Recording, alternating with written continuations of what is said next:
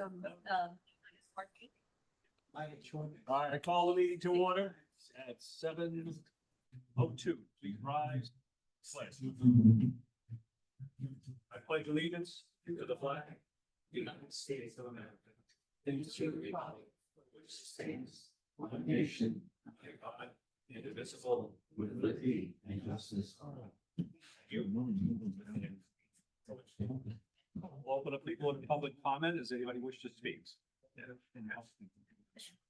Okay, seeing, does anybody online wish to speak? Everybody get their hand up? Anybody? Dave, nobody with the only thing I will say is that there's a person, participant 1 and J. Not sure if those are any of your people. So if there's somebody who can't get in and that's their name, just let me know. The only one missing is Patrick. Yeah, Patrick told me he might not be here. All right, so we'll move on to Article 47. Correct? Come up, please.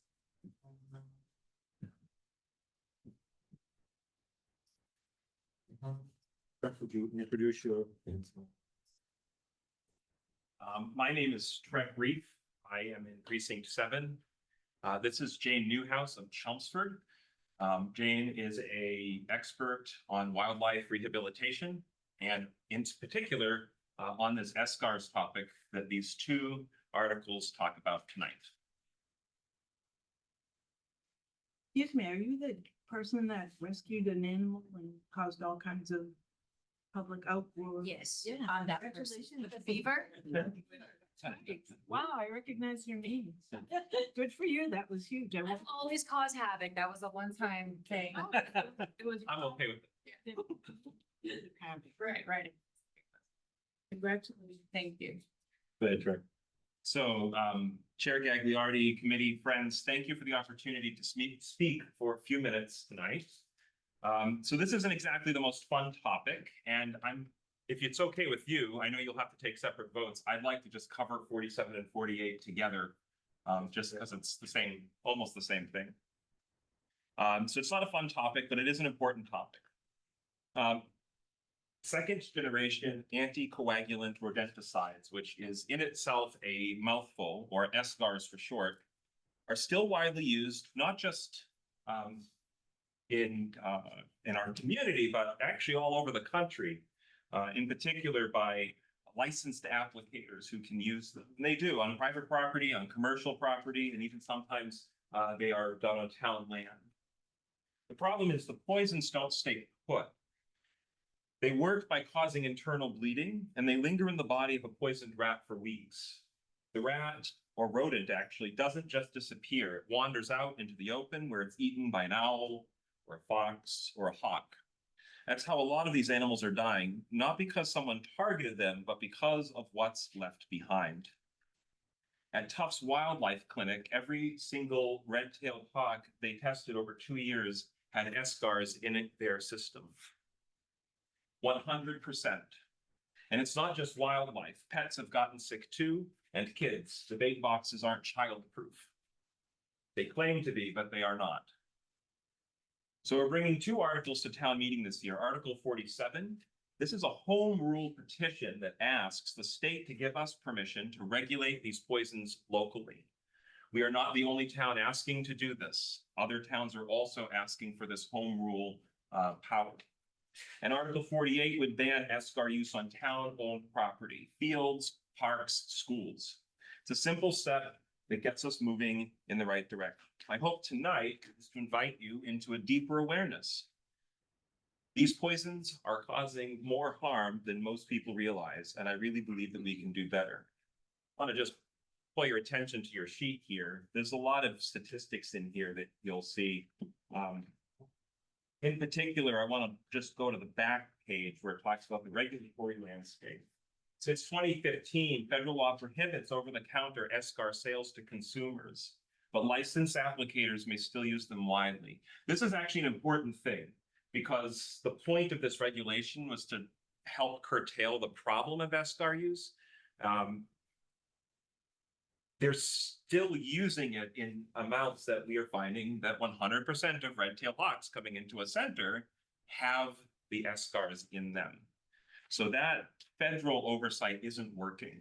More than 20 Massachusetts municipalities have passed municipal bans or filed these home rule petitions. Lowell, Newbury, Arlington, Lexington, and the list actually is growing exponentially. And state legislation seeks to regulate SCARs statewide. The bill that's currently before the legislature is co-sponsored by both our state representative, Mark Lombardo, and our state senator, Cindy Friedman. You'll notice inside the warrant that those Article 47, Article 48, just a couple of, I guess you would say, housekeeping pieces. The first one, this is if this passes town meeting, it's asking the select board to write up and draft a letter to the legislature asking for home rule powers to ban them on private property as well as the municipal ban. The second one is to add a piece to our bylaws. It was pointed out to me by the town council that it does not do that, and so that will be fixed for the floor of town meeting, where it will actually have a place where we can insert it into the Board of Health bylaw. So, like I said, it's my hope to invite you into a deeper awareness. With that in mind, I want to introduce you to someone whose work has deeply shaped my own understanding of the issue. Jane Newhouse is the founder of Newhouse Wildlife Rescue right here in Massachusetts, actually just over the line in Chelmsford. She's the one who receives many of these animals after the poison has done its work. She's the one who sees what we don't see, and what I've avoided at Mary's request from putting on slides. And she has stories that need to be heard. Jane, I want to thank you for being here and with the chair's permission. Very much. I also work very closely with Billerica Animal Control. I've been working with them since I first started years ago. So I see the injured and orphaned wildlife that come from Billerica on a regular basis. So when I first got into wildlife rehab, they taught all of us to draw blood from any predator species that we received to test how long it takes their blood to clot, because that's how these anticoagulants work. They make it to where the blood can't clot. And I thought it was kind of ridiculous. I mean, I guess it made sense, like if they eat these poisoned animals, but like how many of them are really going to be dealing with this? And it has blown my mind how frequent that it is. So I see a lot of foxes, and people would say, how is it that a fox, if a fox eats one mouse, the amount of poison meant to kill a mouse is not going to kill a fox. And that's true. But they don't eat just one mouse. They eat mouse after mouse. It's like their favorite thing. They're like doing free rodent control for the town. So they'll eat like 1,800 mice in a year. And when we talk about your birds of prey, your average hawk will eat about 2,000. So your average great-horned owl, these birds live 10, 15 years. So when you start adding that up, there's tens of thousands of rodents that are being controlled by these animals. So that's how they're dying from it, because the SCARs particularly persist in the tissue for a very long time, usually at least 6 weeks, which means when I'm treating an animal for rat poison, it'll be because their blood's just not clotting normally. And I have to treat them for 6 full weeks, because if I stop the treatment, there's still enough in their system. Sometimes I've had to treat them for multiple months, 2-3 months. So that's what makes it really difficult, is it persists in the tissues. One interesting thing about it is it takes longer to kill mice and rats than other less harmful ones. Seems weird, right? Like, why would you want that? The reason that the pest control companies set it up this way is because they don't want mice and rats dying in people's houses. So when they're feeling really sick and they're wobbling away outside of a house, they're dying out there, not stinking up people's walls. Problem is, if you've ever watched National Geographic's, predator species look for wounded and injured animals, right? They want to use the least amount of energy. So they're going for that injured one. They're going for that mouse that looks drunk because he's bleeding out internally. So they're eating a lot of these guys. They'll scavenge if they need to as well. So we're treating, I have received foxes from Billerica, and I've definitely received hawks and owls from Billerica that were suffering from rodenticide poisoning.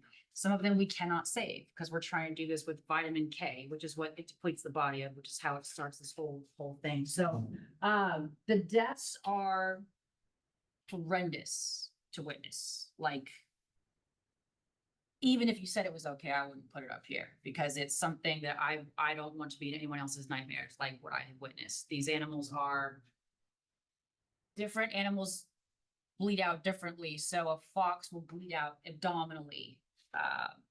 And birds get worse. Our birds of prey, they choke on their own blood. It starts to back up into their lungs. So they usually die choking on their own blood. It's horrific. It's horrific. And it's, the way that it works is it's targeting the animals that help us with the rat control for free. You know, the more mice and rats they eat, the more likely they are to die from this. There are other ways to go about it. And after witnessing as many animals as we have, a lot of states, California has outlawed it. You can't use that in California anymore. The city of Lowell just outlawed it on municipal properties. Lots of other towns have stopped using it because it doesn't make sense. If we're using something that attacks the animals that do it for free, we're creating a dependence on this, and we're seeing it more and more. We've had 2 eagles die just from SGARs, and then NK, there's an argument about whether he died from SGARs or HPAI, but it's killing a lot of animals. Even the animals it doesn't kill, you think about how many birds strike windows. If you strike a window, if a bird strikes a window, its chances of survival depend on if it has a brain bleed or not. And if your blood's not clotting properly, you're way more apt to have a brain bleed. So maybe you have a hawk that dies from hitting a window, but maybe it would have survived that if its blood was clotting properly. It doesn't have to kill them to still be responsible for the reason why they died. For example, I don't know if any of you guys have seen mangy foxes, but every time your town does see a mangy fox, believe me, I know, because I'm tagged in everything. 4 out of 5 mangy foxes we receive, their blood is not clotting normally. There have been studies that show that once these animals are exposed to these SGARs, it does something to their immune system where they become hypersensitive to some things and not sensitive enough to other things. So a lot of them are being compromised with the rat poison, and it makes them more susceptible to mange.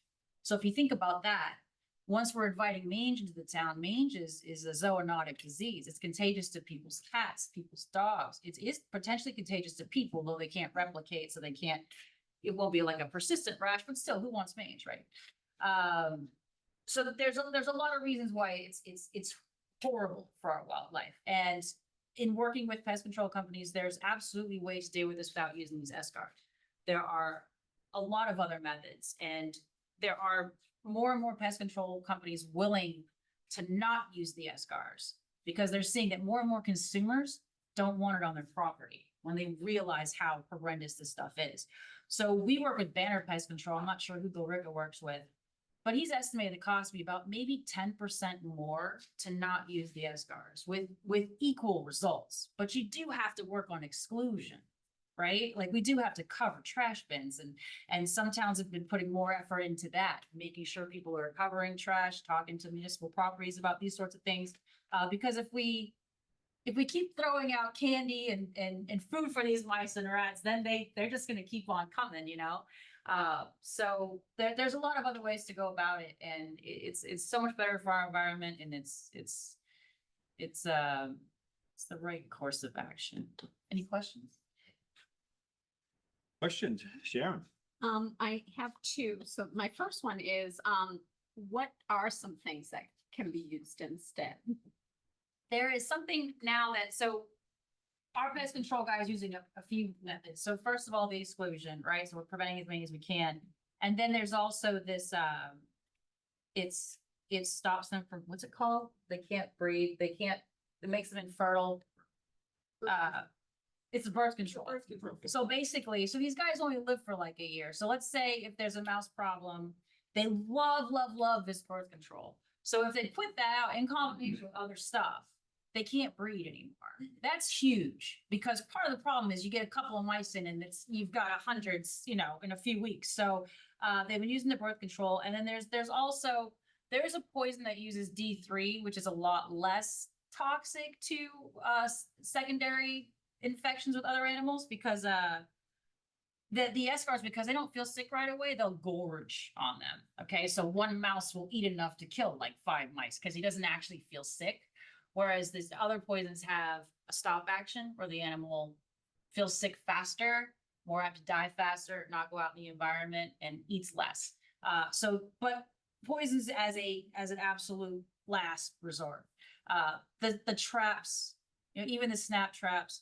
I mean, mice and rats have their place in this world, but not in our homes, obviously, but he actually took care of mice in my attic. And I was like, because the amount of animals that we have, I'm like, I don't want you using any poisons whatsoever. And, we had great luck with just the traps. It means that you have to come out a little bit more, but also if you're dedicated to the exclusion, that's huge. Otherwise, we just keep fighting this problem over and over again, So, And then my second question is, how would it be enforced?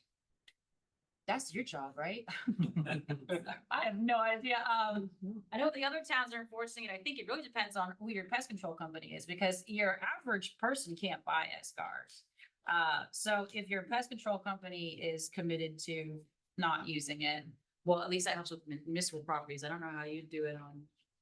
Yeah, so it'd be a matter of the populace being informed about it and then talking to their person. So whoever helps them with these kinds of things. And by putting it into the bylaw, if I may, if by putting it into the bylaw under the Board of Health, the idea is that the Board of Health would have enforcement control over it. But my take would be, once this passes and this is a done deal for Billerica, we inform any pest control agencies that operate in the town, hey, you can't use this here anymore, it's not legal. And we permit people to do business in town. We can tell them what kind of business they're allowed to do in town. And I think that that's the best that we can do on it. Thank you. Thank you, Mr. Chairman. Compelling presentation, though. It's one of those, I think back to DDT days when Right. that crap everywhere. And did a great job, but it also had an unanticipated consequence on other things like shells and all that other stuff. And I think your answer of they have alternative ways to do this, the birth control one and traps and other stuff. It might not be as cost effective, or there's a 10% penalty for using something different. But, I wouldn't want my dog to eat a mouse that had this, and they'll eat anything. And interesting enough, I watched I think it was a chicken hawk chewing up a rabbit in my front lawn yesterday, or this past week. And if it was a mouse or something that had that drug in it, it probably would have been infected and it would have caused another problem. And you're absolutely right with when you start to impact the predators who feed on these things, it basically takes the predator away. Kind of like wolves, you take the wolf away and all of a sudden you have other consequences. And I see where they went with it, but I also see where you learn from it. You go, we don't want to give all this stuff. And make the predators might be the first step, but then all of a sudden you'll have a children or something who might have, eaten a trap or something, or who knows, or a pet. And if there's a way if there's alternatives that aren't cost prohibitive or better ways to do it, you learn as you go. So all those learning lessons, and I like your presentation. So thank you very much. Eric, thank you. I will say, I came into tonight as a hard no against both of these. You've already convinced me on 48 because the town would be outside more than probably in the buildings. So got me halfway there. All right. The problem I'm having, with the 47 banning for the homeowner is we know mice carry disease themselves in with their droppings.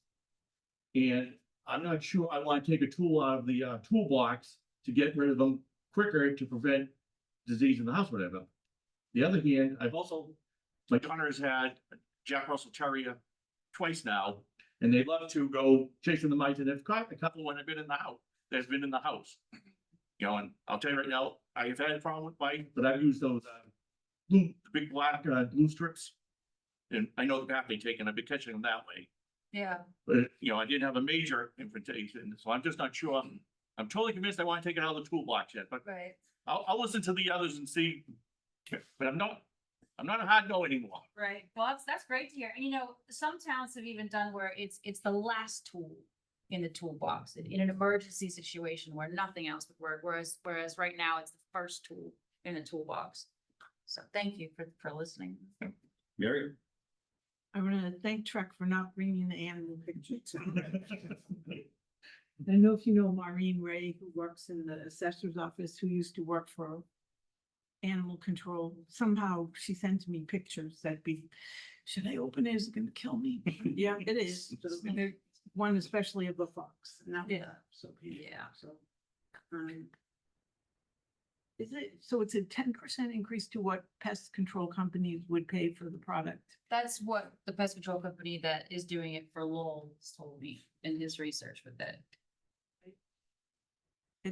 It's hard to argue with it. I agree. John? Thank you, Mr. Chairman. I think I half heard the last comment, because my question was gonna be, being the finance committee, I have to know what the cost differential between using the bad stuff and using this is. So what would that, I mean, yeah, not to the penny, but you know, approximately. Yeah, so the Banner Pest Control told me that it's about 10% more when he's been looking into. They'll do, there's one that does vitamin D3 that he's been using. It's a little bit more expensive, but not much. It's just more time consuming for them. And the other thing to consider is that when SCARs are used versus the types that cost 10% higher, you're also looking at the increase in rodents that are happening because now we don't have raptors taking care or foxes taking care of the extra that are around. So we don't know what the extra cost would be for losing those defenders of our homes and our area from the rodents that do it for free. If one great horned owl lives about 15 years on average, eats 2,000 rodents a year. So in Arlington, there was a family, they didn't find out, they found mom and 3 babies. Necropsies proved they all died from bleeding internally from SCARs. We're talking, these are babies, so 3 babies and mom, so 4. They should have lived 15 years, so that would be 30,000 each, so 120,000 more rodents in Arlington because of SCARs. It's just 4 deaths. So just, when you say it's 10%, you just talk about the cost of product, does it cost more to you, labor wise, to use the good stuff? I could talk to Banner about that. I think he was saying that, that in municipal properties, it wouldn't cost more because they're coming regularly anyway. They have to come monthly. But with individual homeowners, it may cost a little bit more because typically they'll just put out the SCARs and forget it. Okay. But a lot of homeowners are willing. Yeah. And he said a lot of pest control companies are stopping to use it anyway because people don't want to work with pest control companies that are using it. Is there any reason why, well, like, you're asking to read the mind of the legislature, so that might not be appropriate, but I'll ask you. Don't wanna go there. Is there any reason why the legislature just hasn't passed legislation at the state level? It keeps getting hung up. It has more support. Speaking to the House of Representatives, I talked to Simon Cataldo, you guys have Mark Lombardo, but everyone seems for it. It's just never makes it on the table in time, I guess. I don't know enough about laws, but it's got so much heat and so much support now. It should be soon. Anytime something's co-sponsored by Senator Friedman and Representative Lombardo, that should be marked down. It's like historic event. Okay, well, I appreciate what you do. It's good to see you again. I remember Trek when he was just a wee lad. Good to be back. Good to have you. Thank you, Mr. Chairman. Thank you, Mr. Chairman. Welcome. Glad this is before us. Was gonna ask what you were asking about Lombardo and Freeman. Make some phone calls and get it pushed. Yeah. Yeah. Is this something that we see around schools? Yes. It is. So it's being used around schools. What happens if a human, somehow touches it, gets in their food? I believe 10,000 children a year in the US are affected Yeah. by SCARs. It causes vomiting, can cause seizures, it causes dehydration, and if it's not caught, it can kill you. It's pretty dangerous stuff. It shouldn't really exist, but it does. So we're trying to regulate it. Okay. And I will say about the, the legislature, you said that was also gonna be one of your questions as well. Things like Article 47 are likely to get tabled by the legislature, but it's likely to be read by the legislature as more pressure to pass the law statewide. So that's my push for the home rule petition, not because I think it's actually gonna happen, but because it's gonna send a message that we want to do it if you are not willing. A lot of the questions I had were already been asked.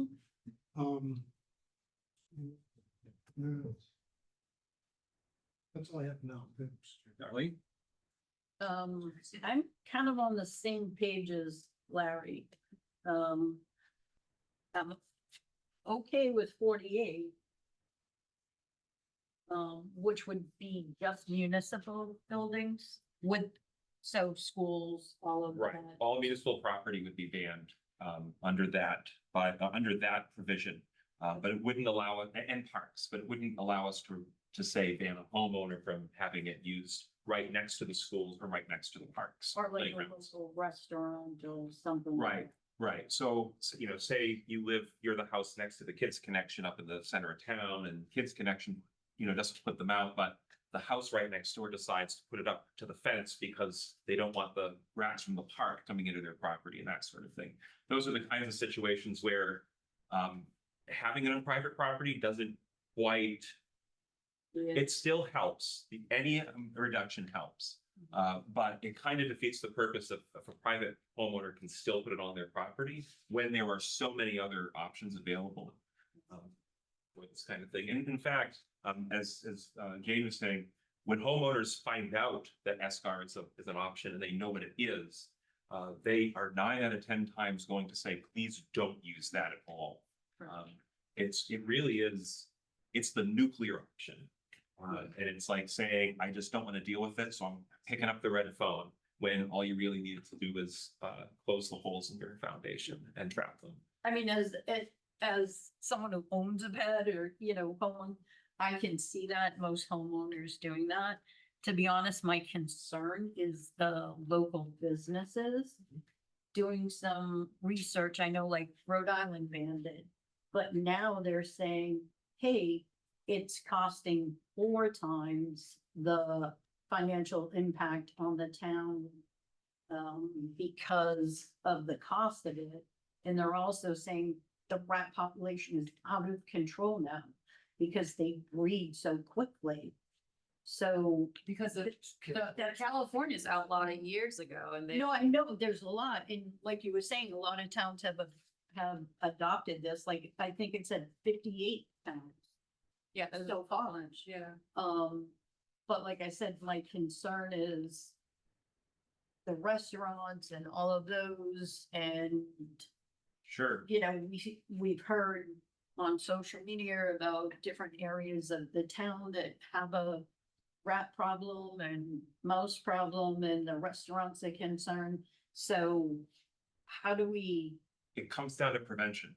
We're talking restaurants, we're talking food is out, we're really talking about the responsibility of business owners to have the preventative measures in place that are necessary for them to be up to public health code.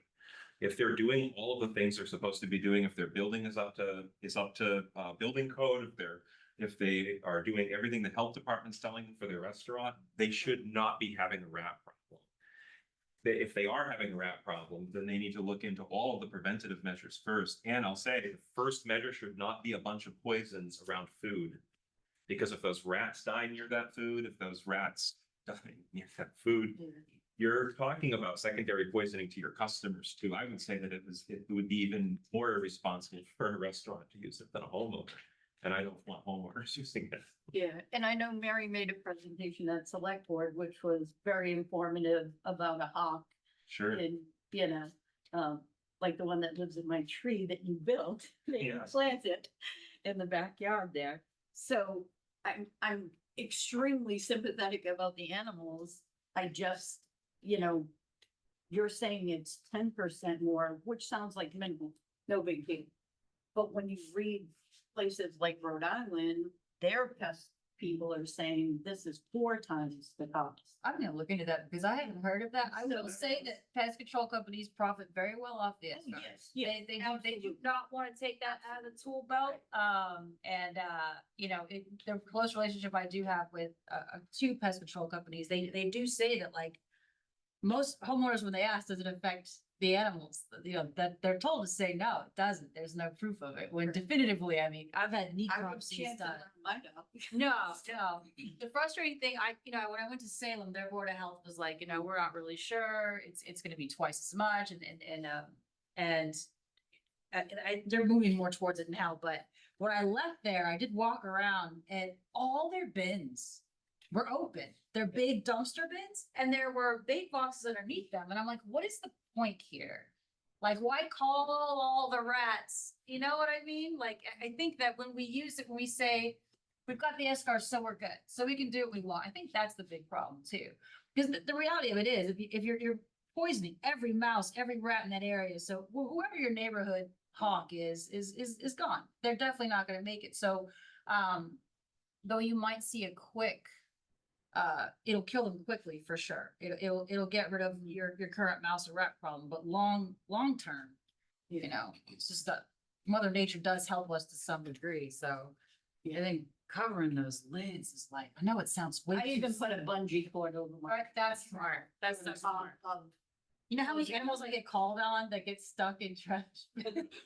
Possums and. Oh, maybe I shouldn't do that anymore. No, you shouldn't do that, because then they don't get in there, but yeah. Yeah, I just find myself in a difficult situation on this one because as a FinCom member, it's about the finance. As a town meeting member, I'm all for both of these. But as a finance committee member, I have to say I'm leaning towards a no and a yes. So if I can get you information on how previous towns have done it, I think Arlington was like the first one to outrule it. And then I know Lowell did too, see what they're talking about financially, how it's changed for their town. Would that be helpful? But like I said, on town meeting, I'm for both of these.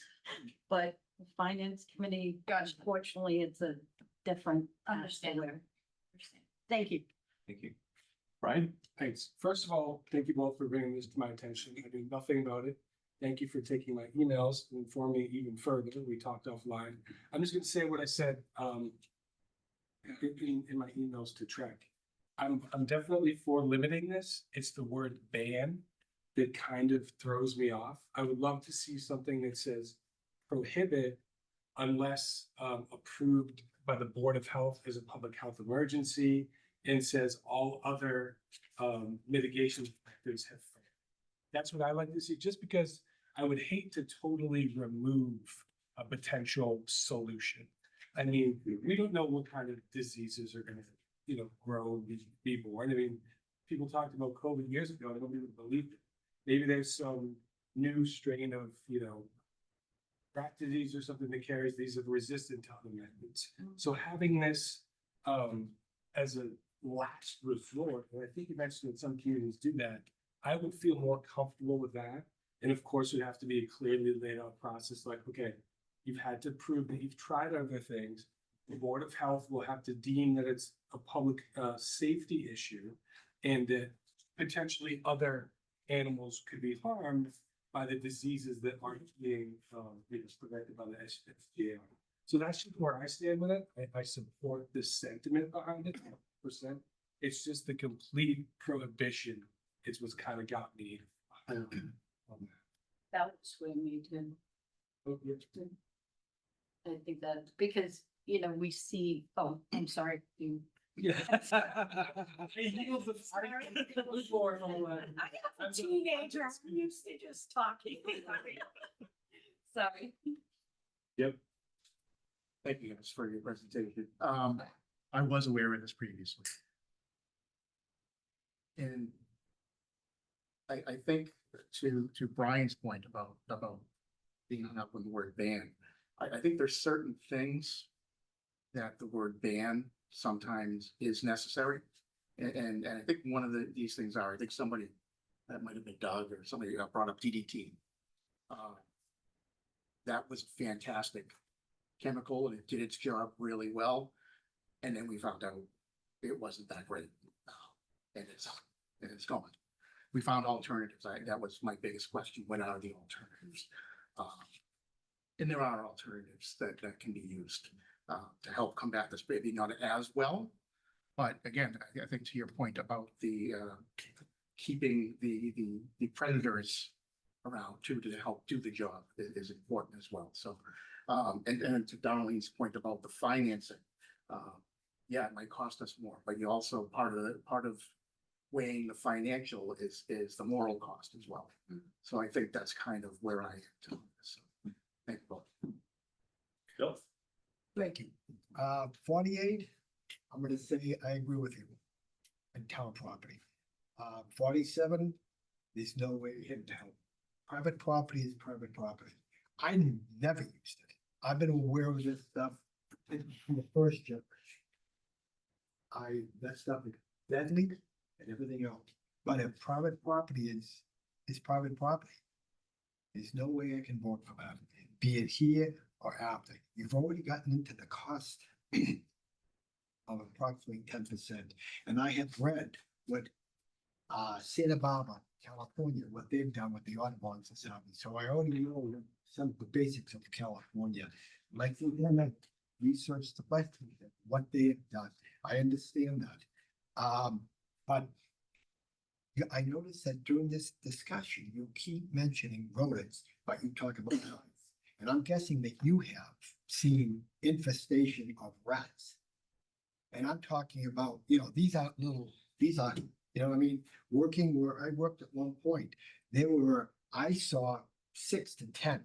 But when the working nights and seeing the burn along the railroad tracks where I worked, you're talking hundreds of holes. And we're talking, what was happening, to get to what you were saying, Jim, that the dumpsters were never cleaned out properly.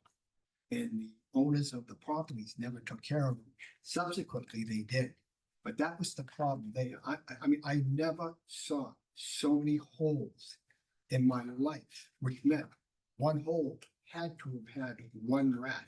And these were, as you know, in the city of Boston, a few years back, the population of Boston, I think, was 650,000. They stated they had 800 to 850,000 rats. So how do you stop something like that? I don't know. And then finally, with something like this banning, to use it, how will you control somebody who could probably possibly buy it online? Or I don't know if New Hampshire, you're able to buy it. I don't think you can, but I'm wondering, I noticed, one other thing, I noticed that companies who deal in farming are allowed to purchase it online. That's the latest thing I read. Is that still true? If they are licensed applicators under the FD, I mean, it barely exists at the moment, but under the FDA regulations, that's how it currently is. And that's since 2015. Consumers can't get them. It can only be used by licensed applicators, even on that private property. And to that point on the private property, if I may, the rats, the mice, the hawks don't know what a property line is. And I think that we have a moral responsibility to understand. Okay, I agree with that, but in reality, we have a moral responsibility to protect private property. That's the basis. So anyway, thank you. Josh? Thank you, Mr. Chair. I know my question's been answered. I support the articles. This stuff is nasty stuff and I think it needs to go. So at the end of the day, I think I support this. And I think when you're calculating the costs in your head, include, like was mentioned, the elimination of these predators means more poison. So if there are no foxes and no birds that are eating them, you're going to use even more in the future. That's going to cost more too. It's hard to put a pin in that number, but the cost can only go up if you don't have the foxes, the raptors, the owls. So, thank you for what you're doing. I appreciate it. Mr. Chairman? Can I have a chance? Oh, I'm sorry. I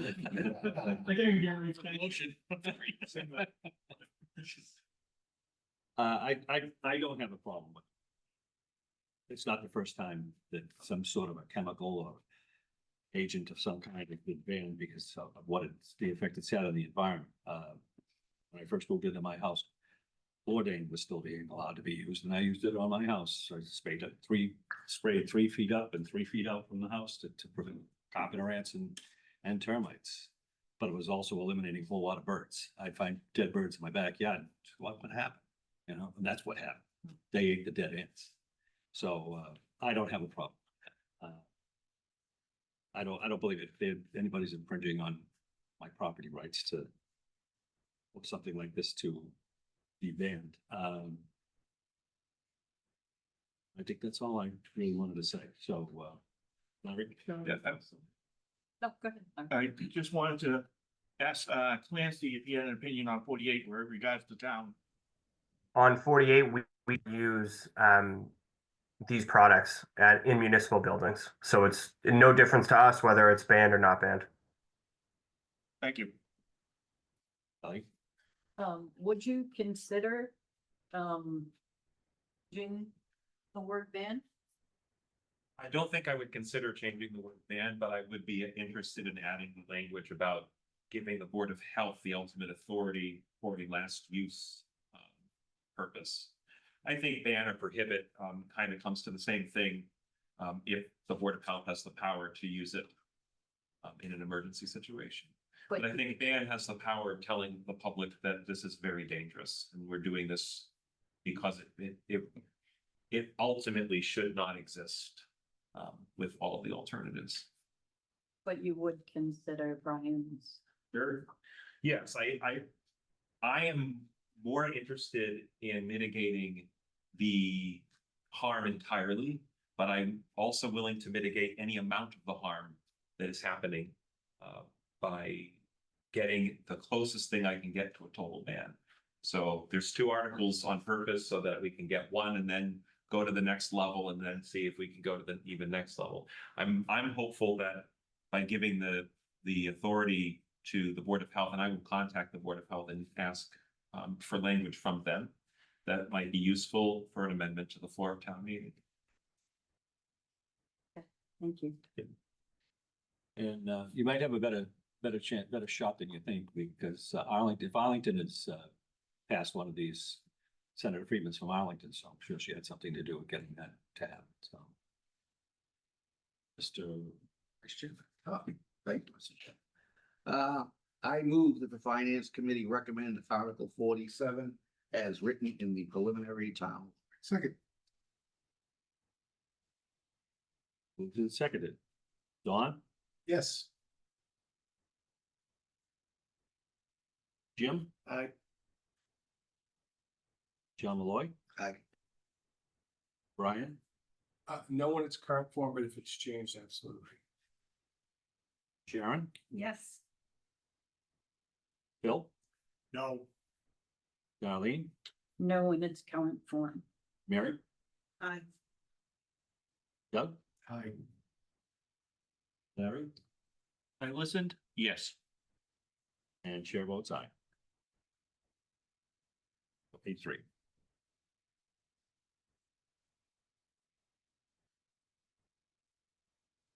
Take the motion for this one here. Yep. Just tag it. At the end of the motion. Okay, it was 8. 18. Ready? Yep. Okay, Mr. Chairman, I move that the Finance Committee recommend Article 48 as amended, adding a language, pending language, placing it in a specific bylaw. Second. Doug second. Is that Doug? Yes. Okay. Mr. Chairman? I did, could you repeat that, John? please? Yeah, it's pending language placing it in a specific bylaw. Oh, okay, thank you. Moved and seconded. Dawn, Yes. Jim, Aye. John Malloy. Aye. Brian, Same as last time, no in its current form, but changed definitely. Sharon, Yes. Bill, Aye. Darlene, Yes. Mary, Aye. Larry, Yes. chair votes aye. But, Yes. Oh, John, no, Doug. Oh, sorry, Doug. Oh, skipped over you. So 10-1. And who was the one? Fine. Thank you. Thank you so much. I really appreciate you all. I'm gonna remain in my chair. Thank you for changing. Guys. Bye. Likewise, we'll see you at town meeting. With the tree. Oh, yes, my local ordinance. Resilient arboreals in Adochine. Like. We're not banning trees. Okay, Article 49. Go ahead. All right, so Article 49 is a fun one, as far as I'm concerned, although I actually have to say, I really think that this has a lot to do with the last.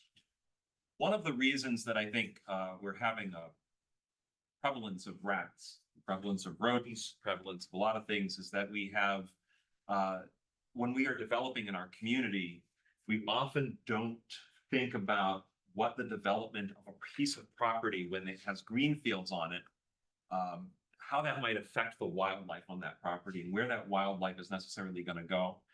Since 1970, Massachusetts has lost about 10% of its forest cover. It's continuing to lose forest cover. It is not, even though tree preservation bylaws exist in many municipalities, we are continuing to lose tree canopy across the state. One of the things that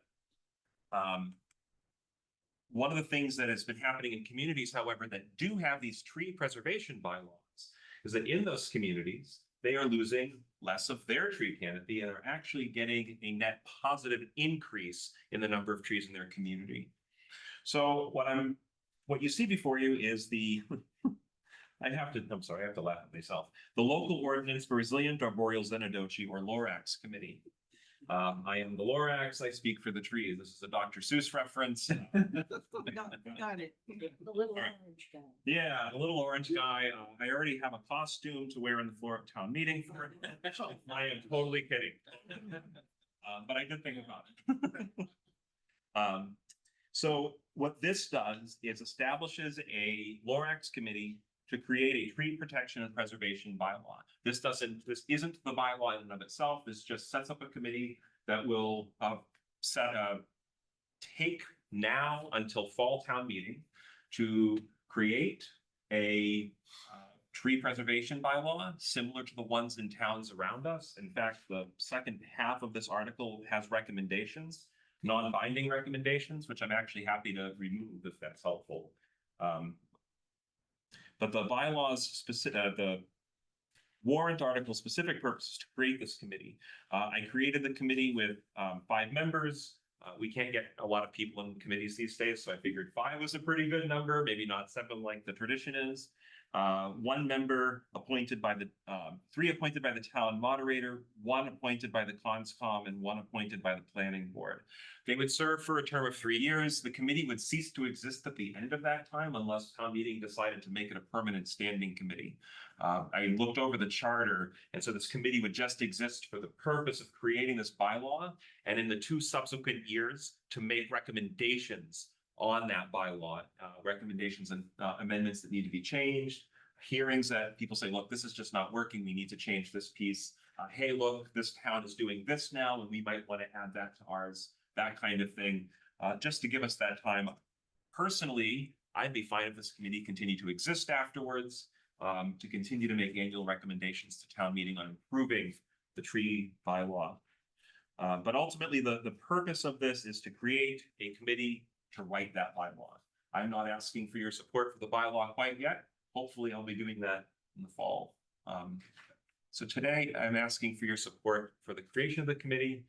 Financial impact is going to be whatever a committee's financial impact is. One can't guess what that might look like, but I estimated in conversation with others who have worked on committees that it will probably look like the financial burden of perhaps the rules committee. And not much more than that in terms of research time, office space, and that kind of thing. Yeah, otherwise I'm just happy to take questions about it. It does mention the tree warden will be an additional ex officio non-voting member. We do have a tree warden in town. If we won't have, we don't know, we won't have to establish one is the point. We have a tree warden. Yeah. No, nobody knows. We don't? Who is it? I'm pretty sure Dave Peterson is, but I could be wrong. We could be wrong. We all know it. Josh. What's his budget? Yes. Questions? No, I actually kind of like this version of stand-up committee, let several people work this out over time and they'll come up with what they come up with. So I would support this article. Sharon? My question was, do we have a tree warden? Yeah, here That we was do. my question. All right, I'm all set, thank you. Got it. So this is really just to establish a committee to look at possible bylaw changes regarding trees. Mm-hmm. Like the last, where we're kind of proactively trying to prevent subsequent problems. This could be a bridge too far for me in the sense because, I mean, creating a committee is not a big deal, but the byparts of that committee could be telling the homeowner they can't remove a tree. Or, whatever the regulations, and me being a homeowner, and when I first moved into my house 38 years ago, I had a ton of trees. And not having the capability to remove trees that were in my property was that, they all had reasons. Well, they came down on their own, and I just think that could create a bigger problem within the town because,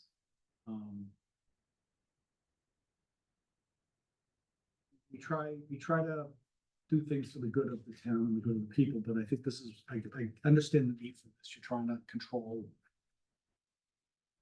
And clear cuts come in and they clear everything out and they build a development, this type of stuff, and But it's not, they're not so simple. All of the Mass state law requires tree preservation bylaws to have a way for you to remove your trees. And yeah, I'm just trying to think of, is this more bureaucracy that will get in the way of Gotcha. homeowners? That's my biggest thing, and I don't think I can, I mean, creating committees is not a problem.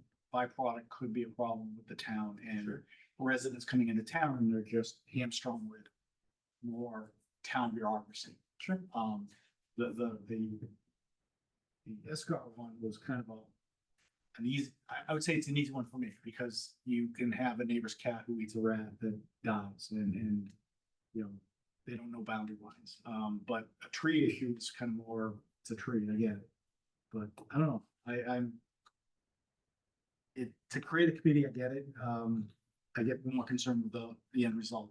Sure. And everything you listed here is not mine, just I guess recommendations. based on town bylaws and surrounding communities. Yeah, and do you have a idea of how many towns have done this? The last time I counted, it was 54. No, sorry, that might be the Escars. No, I don't remember. I know that it was before over 100 towns at one point looking at doing those bylaws. I think the first town in Massachusetts was Concord. A lot of the argument that happened in Concord was that people wanted to develop.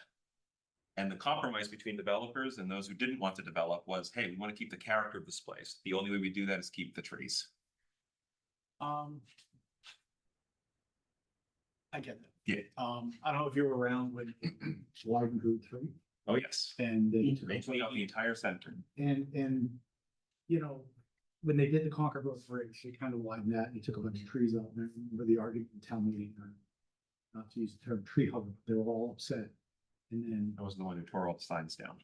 well, the thing that I look at is, this continual progress and I think that sometimes you have to just let progress run its course, and then all of a sudden, a month later, no one knew the difference, and it's been probably 15 years, and it is what it is. And other trees grow up elsewhere, I still remember those trees. Yeah, but I also think the benefit of what they did outweighed the loss of the trees, and if they tried to keep them, it would have been a whole bunch of other problems. And so like I say, I understand, but I don't want to see Sure. progress stifled. Right. Just because of, oh, a spotted salamander happens to be on the property. That's a different issue, but That's protected. I get that. But trees aren't technically, I don't want to turn trees into that. I understand. No, I do understand. I really do. And I'm not a clear cut, Sure. all down. I understand that, but I hate to see us take ourselves into a corner where we couldn't, perceive the progress. So true. I don't know. I don't like this sport, but again, I understand the concept. I'll convince you by town meeting. Good, good. I've switched to a lot of folks. I am not always set and I hear I more appreciate changes. that. Yeah, that makes sense. And I am not against changing my mind. I just, at this moment, I kind of, waffling against it, so. I appreciate it. Thank you. Larry? Thank you. Okay, we don't, the only reason you wanna do this is you want to wear the orange outfit. so- You got it. And I wanted to say Senator Chief. Yeah. But as you were able to move me off the other two, there's no way you move me off this. The part about, even though it's non-binding recommendations, it's there, those members of the committee is gonna have it in their head. And, I'm not against the trees, I have a nice row of trees along part of my fence by the roadway. My late wife used to sit out in the area with her fire pit, a glass of wine, the grill, the bench to read, she loved the privacy. But if I wanted to take down a couple of trees to put a pool in, I don't want to go through the bureaucracy of going to get someone to give me permission on my own property. And this past fall, with the trees I have around, I would rake, the next day, they mocked me because all the leaves were back down again. And I did this like 3 or 4 times over the course of the fall. That's why we leave them. If it gets too much as I advance, I'd rather just take them right out. Already you can even see my house from Google Earth because I'm surrounded with trees, so. Well, that's good. So That's it's protection from the spies. So, I have plenty of trees. It's getting to the point where I'm getting a little upset with them. So if I want it down, I don't feel like I'm saying, even though you can do it by going to this committee or that board. If I want them down, I want them down, because it's my property. You're not gonna convince me differently, Trexel. I'll try. You can try, but I'm gonna tell you, you move me up 2, you're not gonna get the 3rd. All right. Eric? Can you cast your mind forward after this committee forms a committee to be in charge of, who will be the enforcing agent? The tree warden.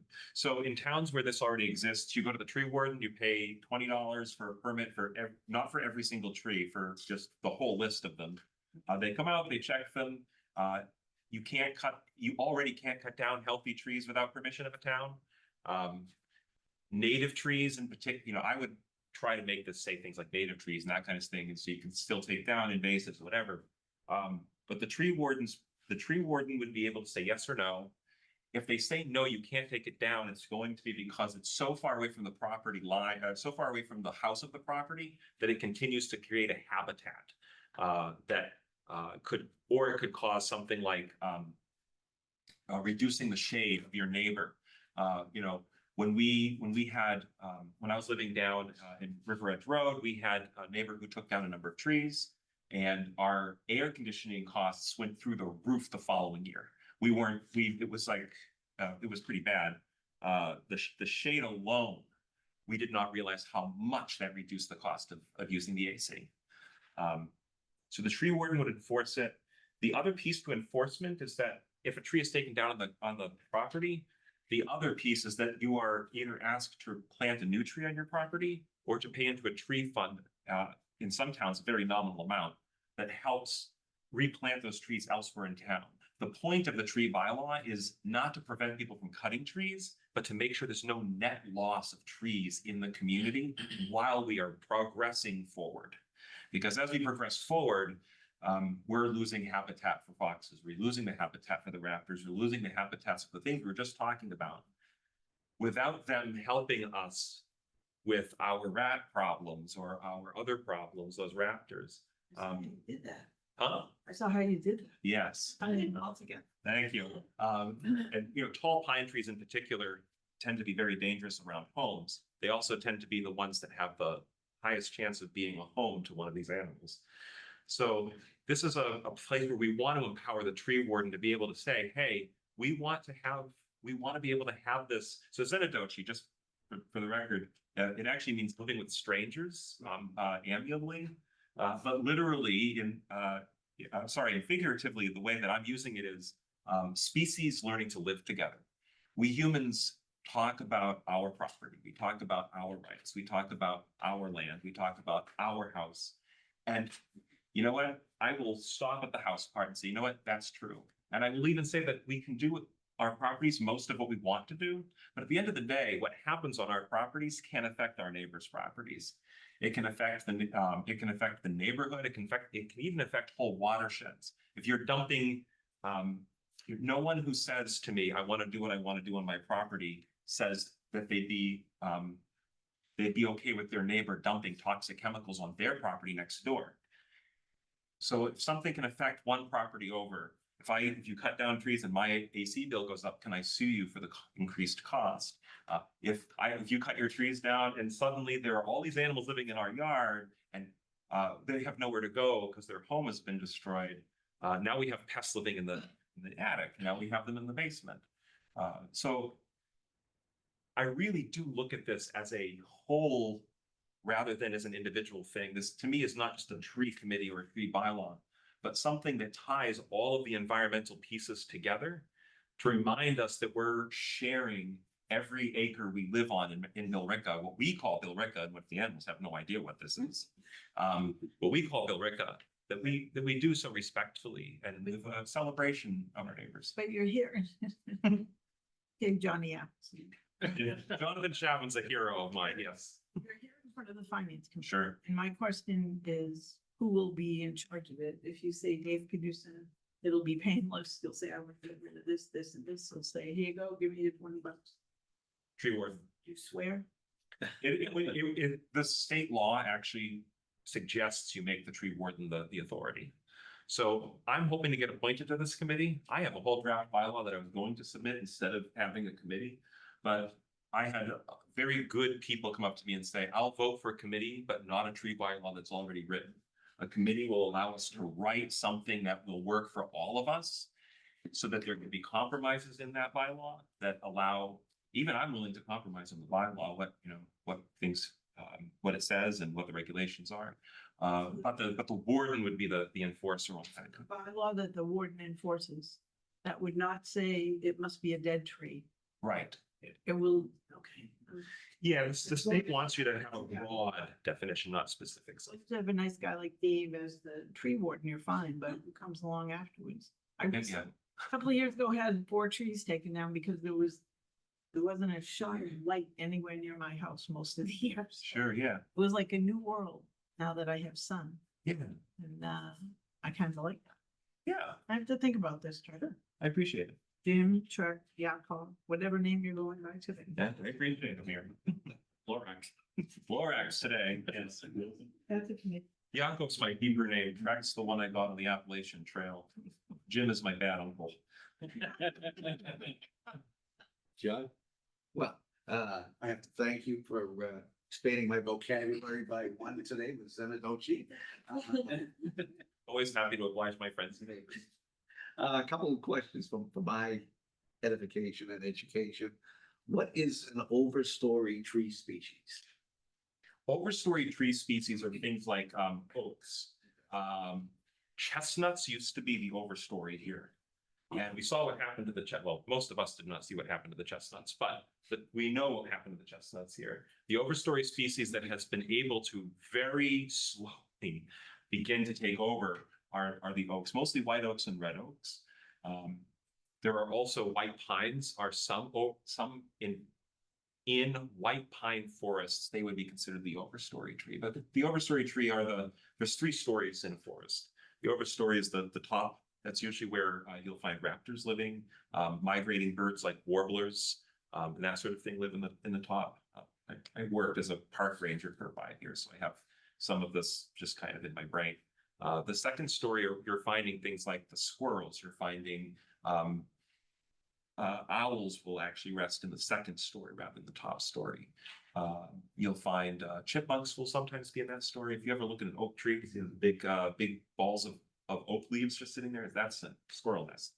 And then the last story is where you are likely walking when you're taking a hike. That story, the understory, that typically has things like sassafras and blueberries and laurel and rhododendron, that sort of thing. Okay, and you had said that maybe misquoting you, that under state law right now, you cannot cut down a healthy tree. What's called a protected tree, and it's not you can't, it's that you have to, I wish that I had my sheet before me. You have to get, the tree warden has to be notified if the tree, that's a healthy tree on your property, could be considered a public shade tree. If it is, you have to get the tree warden's permission already before you can cut it down. What if it's not, then If it's not considered, then of course you would just be able to cut it down. also without a permit? Without the permit, is Okay. that's my understanding, yes.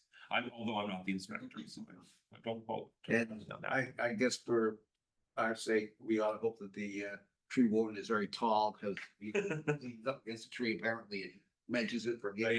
Diameter at breast height, isn't that a fun measurement? Almost as good as Lorax. Yes. Yeah, I think you kind of, I was kind of concerned until you made the comment about that people said they vote for a committee, but not for a bylaw. And I think right now I'm probably in that position only because I really want to see what the average cost to the average homeowner would be, because, you know, right now, my wife and I are having an argument, even with my wife, about whether the tree. Anything about pennies? No, not the perfect pen. But there's a tree in the back of the yard, in the back of my house that she swears is dead or dying. And I say, it's still doing okay. And I gotta admit, it's not because I have a love for that particular tree, it's just that I've gotten some bids on what's gonna cost to take it out. Which is why it made me sense it's an added cost. I understand. But like I said, I don't think having a committee would be a bad thing. All right, thank you, Mr. Chairman, thank you. Hey, John? Thank you, Mr. Chairman. Tracking Article 49, you have me at a low. Your love of animals in nature is shining at this moment. It shows with these articles. And it's a smart idea that you don't just throw it out the article that says, we're creating a bylaw. Let's bring committee to look at maybe creating a bylaw. I think it's a smart thing to do. Gives more people more input. The town meeting would look at it more objectively. If it wasn't just you setting up saying, I want this, right? And now we have a committee of people come together and say, this is what we're gonna do. I'm in favor of this. That's all I have. Thank you. Jolene? I like the fact you're creating this committee. Again, the bylaws that you reference here, a lot of them reference ZBA, but you don't have anyone from the ZBA in your list. Is there a reason? These Or are. just in one person. Yeah, 5 people just seemed like enough, and when I was speaking with others about the moderator appointments, they said it really should, because it's a town meeting committee, it should be a majority of the candidates appointed should be by the town moderator. Okay. So I felt like Conservation Commission and Planning Board is enough, because they're the main committees that have a lot to say with what happens on property. Okay, and the tree fund, who controls that? So the bylaw, in theory, would create a tree preservation fund. It would be whatever, I would say that it would be up to the select board to establish it, because they'd be the power of the purse in that situation. And the only other thing, I wanted to see if you would consider changing although we want people to register to vote, of course. But all other committees you have to be a resident of the town. Unless it's like town meeting, which of course is elected. This committee says you need to be a registered voter. So now you're eliminating some people who may want to be on here, but unfortunately don't want to be a voter. So to make someone have to register to vote, if this is their passion and they want to be on this committee, that's something I'd like to see if you would consider changing it to be a resident of the town. Sure. And it also just says, yeah, it says registered voter of the town, but if you would consider changing it to resident of the Sure. town. Yeah, I'd be fine with that. Okay, thank you. Right? Thanks, Trek. I mean, I have no problem with this committee. This is what participatory government's all about. You're passionate about it. You want to start a community. I think you're going about it the wrong way. I mean, the right way.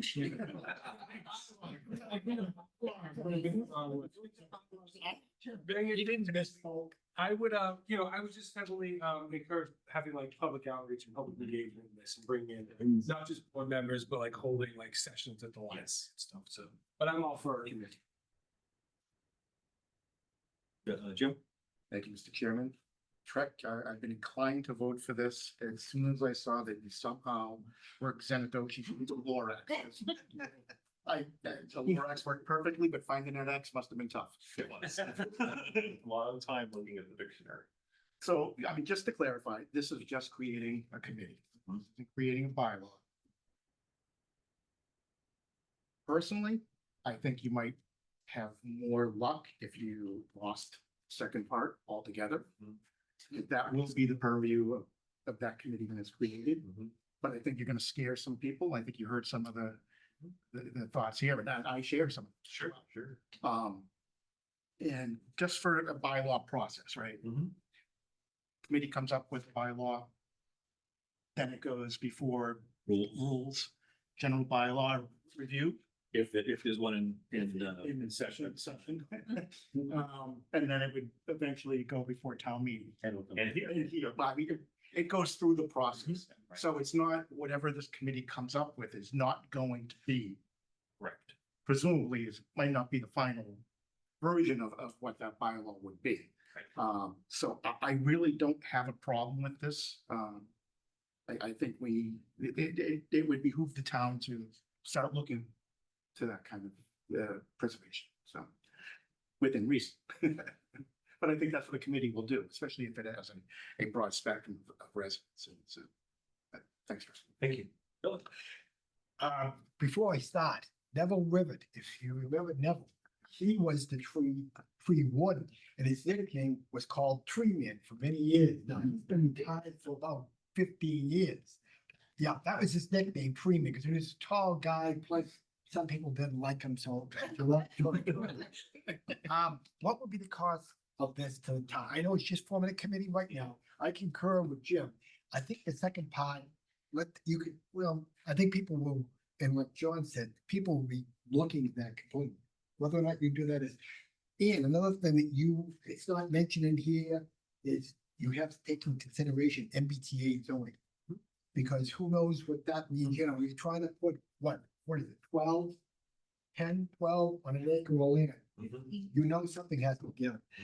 Third of all, I love when you said, our property, it's my private property, because if it's ours, I haven't paid my property tax yet, so I'm looking for donation. Second of all, and you already know my attitude about private property. Sure. And finally, by removing the second part, you will remove, in my eyes, and Jim, others, what I have said already, that start from scratch, go from there. You already have something made up. Did you make it up yourself, or did you borrow it from someone else? Both. Okay, so you already know what. Seven versions, actually. No, I'm you have an idea. So you go in, you give it to somebody, I walk in and go, oh, that's pretty good. What town is that from? Just, thank you. God willing, I'm appointed. Thank you very much, Mr. Chairman. So before I take a vote on it, would you consider removing that second part? Yes.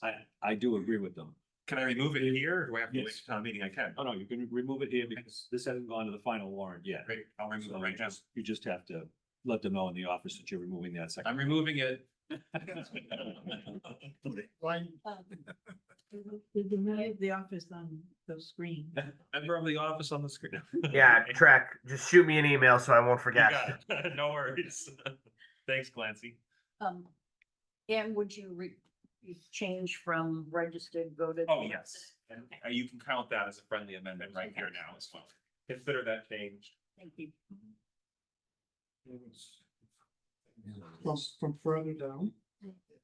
And then, Both of those. And just We have change, to further. just right to further, yeah. And 5 and 6 gonna go as well? Yeah. 5 and 6. Yes, yeah, all. Yeah, everything after further. You go, the town meeting will focus on that. Yeah. That's not what you want. Start. The discussion. Yeah. Yeah. The chairman will send you a bill for the legal advice. Sure. Send it to the tree fund. All right, Mr. Chairman, I move that Finance Committee recommend Article 49 as amended. Second. Moved and seconded.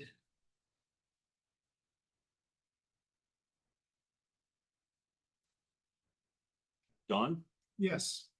Jim, Aye. Don Malloy, Aye. Brian, Aye. Sharon, Yes.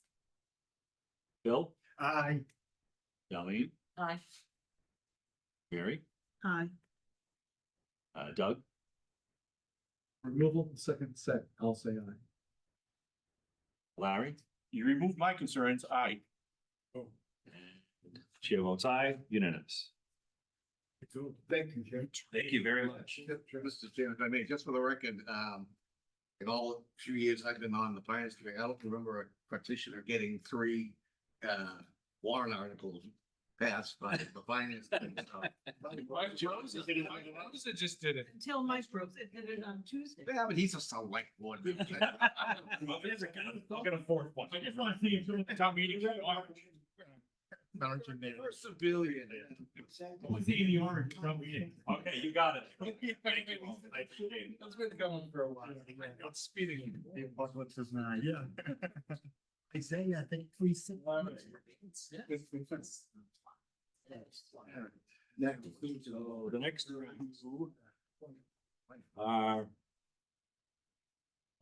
We've already voted the budget, so it's just actually voting the warrant article, so there's no discussion necessary. Article 20 is our budget recommendation. Just so everybody knows, when I put this on floor, I will put it in the full amount. Then I will make an amendment to it to remove the $93,000 off of the legal budget that we had voted. And I'll have the new number. That if town meeting agrees with us, what the new number will be. So will we vote on both tonight? No, just We'll this, just vote on the full. just this, yep. Phil's waving like a Yeah, man. yes, so that's the figure you sent us, Mary?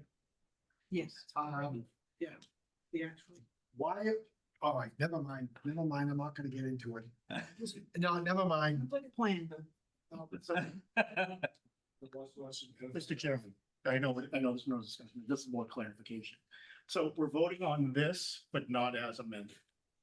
No, because the amendment's not gonna happen until town meeting floor. And I have to put the full amount in case town meeting says no. Then it comes, because if I put our recommended number with the $93,000 taken out, they can't raise it back up. Okay. This is a long way around. It's the way it has to be. Okay. It Yeah, is it's- a long way around. I guess, It is the way. except for. So what's the shortest? No, we've been on longer than you. 2:30. Back But you took Back- time off. when we didn't have any, we had no extra money. Okay. We were going right to the penny. At all, the 2.5, we went right straight to 2.5. So there was no wiggle. So if we ever wanted to do anything, we either had to do it at finance committee and come to a consensus with the town manager at the time, which was Richard Montori, for that number. Otherwise, we'd have to go to town meeting and say, okay, he says this, we say this. And this is how I always had to do it. Is put the full amount in and then make the recommendation that we're gonna lower the number. And if they didn't agree with us, the regular number, the original number was always in there. Okay. So it's been a long time since we've done that. It's, I voted against that. I don't know who else did. Lowering the number, so can I do a minority report on Yes, this? you can do it now. All right, thank you. That would be on the amendment. On the amendment. Yes. Right. It was, I think, Phil, Brian and Darlene. Yep. Ah. Yeah. So you have the numbers, right? Yes, sir. On Article 20. Chairman, I move Article 20, the amount of $216,491,109. Second. Moved and seconded.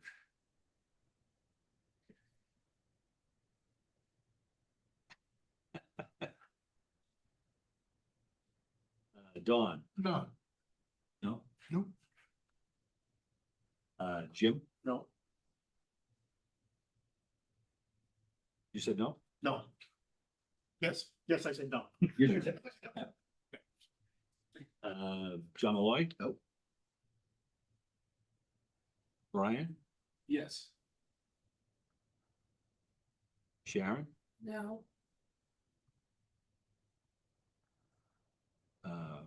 Phil, Aye. Darlene, Yes.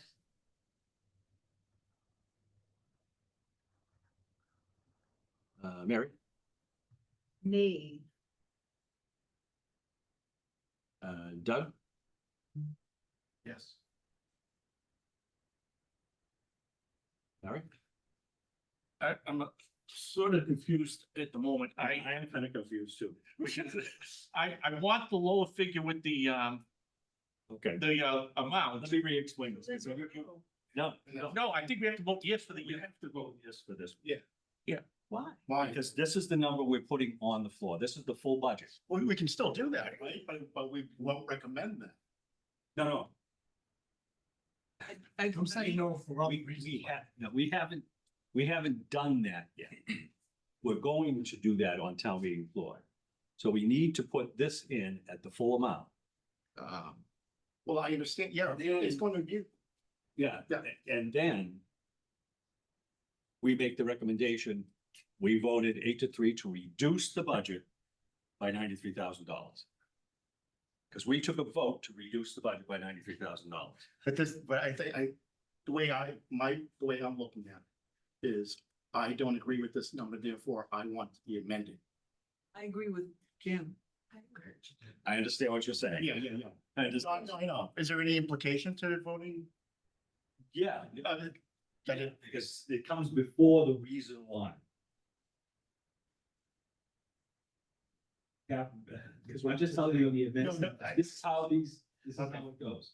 We put the whole amount on the floor. We vote the whole amount. It's not until we get to town meeting that I'm gonna make an amendment to this number and lower it by $93,000 and let town meeting decide if they want to do it. Mr. Chair.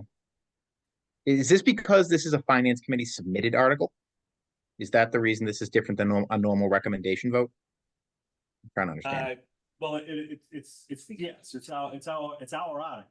We're submitting it. We're not recommending, we're submitting. We're submitting this article. Yes, so if we vote in the negative, then it's not submitted. Is that the idea? exactly. We can't take town meeting's authority away from them to Okay, vote the full budget. now I understand that. Okay? They could disagree with us. So we're basically recommending to submit a budget with that number, when we don't agree with that number. We haven't done, did that. So I'm saying, That point. the thing Recommending only to submit. with that number, but this thing, we don't, that number. I was wondering, all the no's was. Well, that's why I'm sitting here going, what the? Just a question Yeah. to clarify this, or maybe make it more. Clarify it. I China, well, How are we going to explain what we just had to explain to the finance committee, to the town meeting floor? 'Cause- Well, it should be clearer to them because I'm making an amendment to it, to Do I need to, the budget. do I need to, make sure I know what the fib is for when the town council is your? I get it. You need to retake. Dave, We recommend, we recommend this budget, No, but we. I'm putting it on the floor. Right. That's the number we recommend the floor, but Because what he does right after, to be this, so make it a little clearer, what the moderator does right after I put this on the floor is he asks for our recommendation. That's what we say, we recommend Okay. this instead. now, now we're clear. Okay.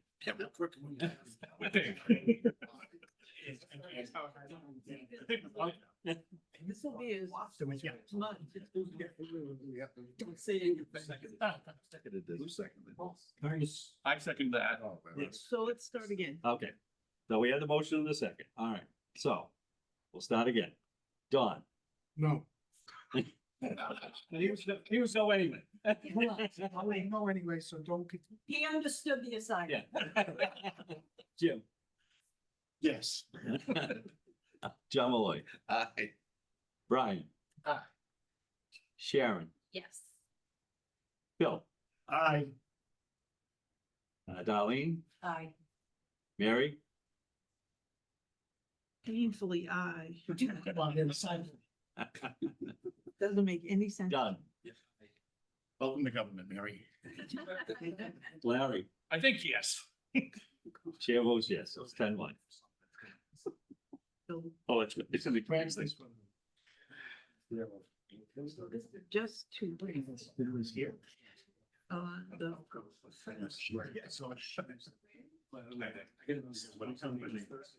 What depends on what kids. It's time. And he asked me for hours. That's what I said. I'm going to order anything. Committee has voted 8-3, whatever it was. Did we break out the 93,000, like what it actually is? Yeah. Or are you just gonna say the amount? You'll have to tell us, the town system wide budget and the legal. Yeah. We're reducing the FY 26 number by $93,000, level funding from the previous years. The amount for legal services, and explain why. Gotcha, okay. Makes sense. But you won't say exactly what Joyce wrote in the minutes, will you? I'll clean it up. I think She we was just tired. Didn't we take that up? We did take it out. Okay, Article 21 is the water sewer, No, give water. excuse me, water enterprise. Yep. Mr. Chairman, I move, the finance committee recommend Article 21 in the amount of $6,836,957. Second.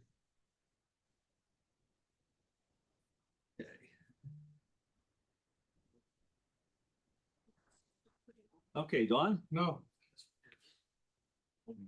Was that a sympathy no? no. Water enterprise definition. All right, Jim, All right, John, Aye. Brian, Aye. Sharon, Aye. Bill, Aye. Darlene, Aye. Mary, Aye. Doug, Aye. Larry, Yes. chair votes yes, 10-1.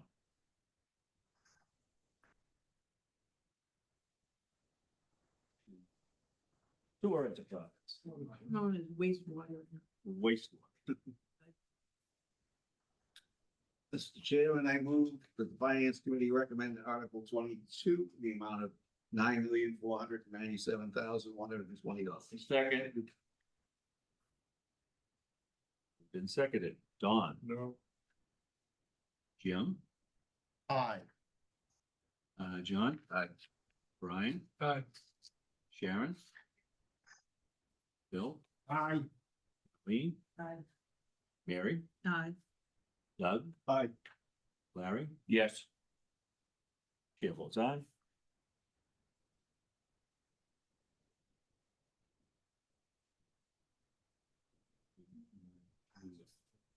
Article 4, budget line. What about the rest of the, are you going back? That's the next one on the list. Wait till you guys hear this one. So do you remember on the Saturday budget meeting that we all had, and when we talked about the legal fund and how I mentioned how we were going to be increasing the legal fund line item because there were additional bills that we were going to have to pay. So those additional bills that are we are going to have to pay are also due this year. And so we'll be asking for an additional I mean, is it 275 or 250? I can't remember off the top of my head right now. 275. 275 out of the overlay surplus to cover the legal costs. $275 costs? Is that what you're saying? $275,000 out of overlay surplus. And so we've done the analysis in that it's going to be, you know, roughly in that 250 range, but just in case there's $25,000 of additional legal expenses, you know, we're putting in a 275 number. Okay, questions? Yeah, thank you. What did the lawyers do that we didn't know they did? How billions were. We changed the law firm, and so the billing setup has been a little bit different under these guys versus the old law firm, and so, you know, they have the opportunity to renegotiate the contract in August, and I would assume that they're most likely going to look at some of the things in the contract and potentially renegotiate them. Thank you. Don? Thank you, Mr. Chairman. Clancy, this law firm that's up in the price is the one that the select board hired after was it KB or not the KB, but KP Law. after KP Law, we had another firm, correct? Yep, we have Brooks and Durensis right now. Okay, and there was that lawyer on the town meeting floor that caused all that problem, the big ruckus that we had. They're gone, but it's the same firm? No, it's the same. No, it's the same firm. Different- Yeah. Okay, so the price went up, $250,000 from what the select board had figured out they were gonna, pay. Like, help me out with. the timeline. Maybe you could explain to us how they charge us. Yeah, so what I'll say, right, is that how KP Law operated was that everything was inside of the retainer. And so KP Law, the retainer was roughly $12,000 a month. And pretty much everything was inside that of a retainer, except for very sort of like special things fell outside of the retainer. And we use the same sort of contract with Brooks and Durensis, but they stick to sort of the contract a little bit better than KP Law did. And so if something is outside of the retainer, they bill us for what's outside of the retainer. And so I think that the select board has to take a look at what's in the what's in the retainer versus what's not in the retainer. One last thing, Clancy. You're adding 257. What was the amount to start with?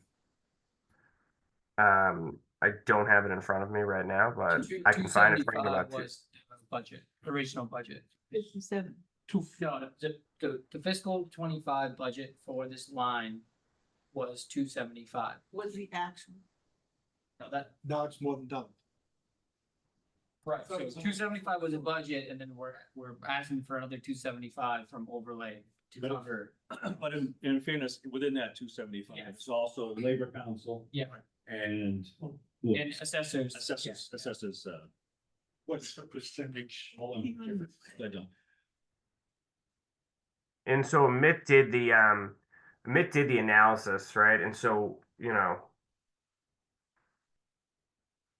we're thinking that Kevin is probably, let me see. We're thinking Kevin's going to be another 15,000, and then probably special legal is going to be another 5,000 to 6,000, and then the rest is going to be coming out of them. And then we're already in the hole, quite a bit of money here. So we're 20,000 with the other lawyers. The rest of the bulk of it is from. Yeah, yes. Yes, like what needs to be looked. Big time. Yeah. Doubling. So this is sort of related. I think we should look for a full-time town attorney at this price. I mean, we could pay, I mean, probably 250,000 or something like that. Like it's a great town attorney that's with us full-time, not have to worry about a retainer on salary. I mean, at this price, I think that it should be. Many towns have them. It's not just big cities anymore. A lot of towns do. I think that that's something that we really should look at for next budget cycle. Don't disagree. Me and Amit had the conversation after we sort of took a look at this, and it's definitely something the new town manager should look at. Okay, I'm just looking for clarification. This is Article 4 we're talking about. Yeah. And we got a 6 million. figure. No, that's just a placeholder. Okay, that's what I wanted to check. So all we're dealing with is the 275. Correct. Okay. No. May I ask? Yes, absolutely. Okay. Is this, no, I don't wanna put you in the spot. But I'm already right up, I am. You looked in another city, another town. Yeah. Was this number outlandish compared to what you remember? And you don't have to respond. You could say, I don't wanna get into that. And that's fine. No, I mean, so I worked for both the municipalities that were cities, and so we had internal legal department, and so in Beverly, we had staff of 4. So I mean, if you add up all the salaries, you know, you'll exceed the number, but again, it comes with the benefits, right? Bigger city, Right. and you have more resources at hand. Gloucester was same thing, in-house counsel, the staff of 2. So I can't really relate to, This way? yeah, I believe this way, I can relate to a payroll cost. Okay, thank you. So just to follow up, what you've mentioned makes sense. Now, in El Low, I think they have 4 now. 4 or 5. I know that Ton Monterey Solicitors. has gone back. They had issues by being, but maybe that's something that the town could look at. So you have, a staff of 2. Well, Just, I have no vote on that. That's the board of selectmen. the risk of sounding old.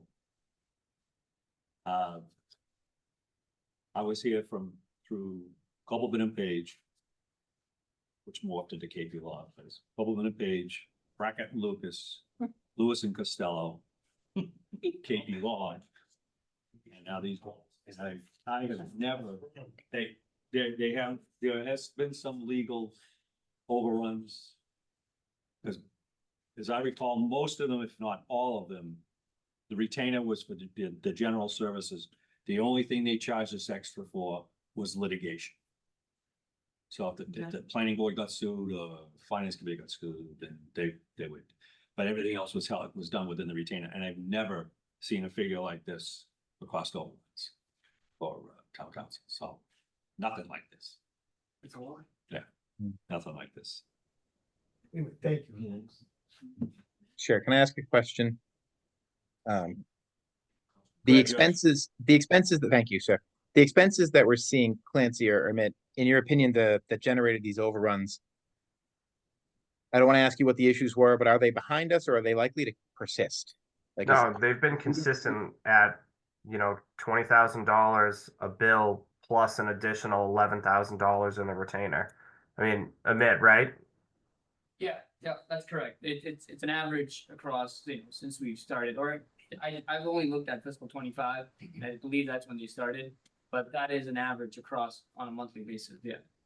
this isn't just an aberration, it's persistent. Okay, Yeah, no, and got the bill for March and February, and it was $19,000. So plus an $11,500 retainer. It's not going anywhere. So they need to, the board needs to look to renegotiate this contract if they are going to stay with them. absolutely. Thank you.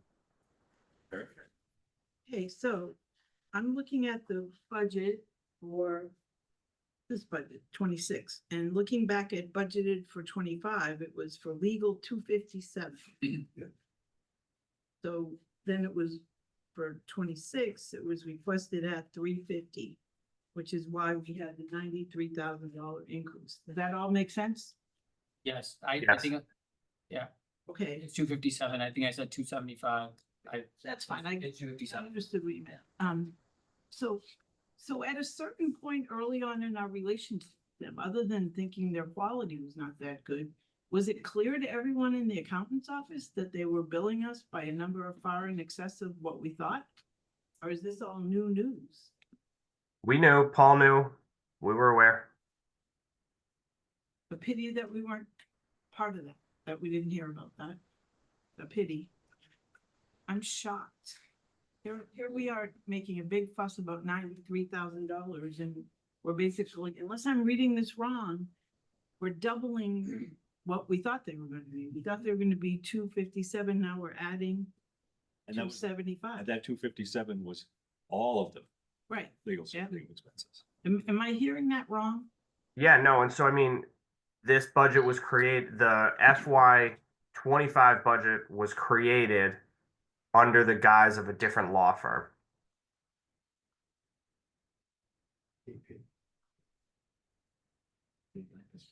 Okay. I'm sorry, I just have one big question. What do they charge per? Because I want to figure out how many hours they're actually putting in. It's roughly $230 an hour. $250. They charge paralegals different. Oh, it is? Okay. We've been, so they say, we've been receiving the paralegal work for free, and they've only been charging us for the attorney work. Sorry. That makes me not believe that. The overruns for that's. Okay, well, John, sorry. Thank you, Mr. Chairman. That's fine. Nancy, when does the contract end with this firm? I believe in August. Probably around August, September.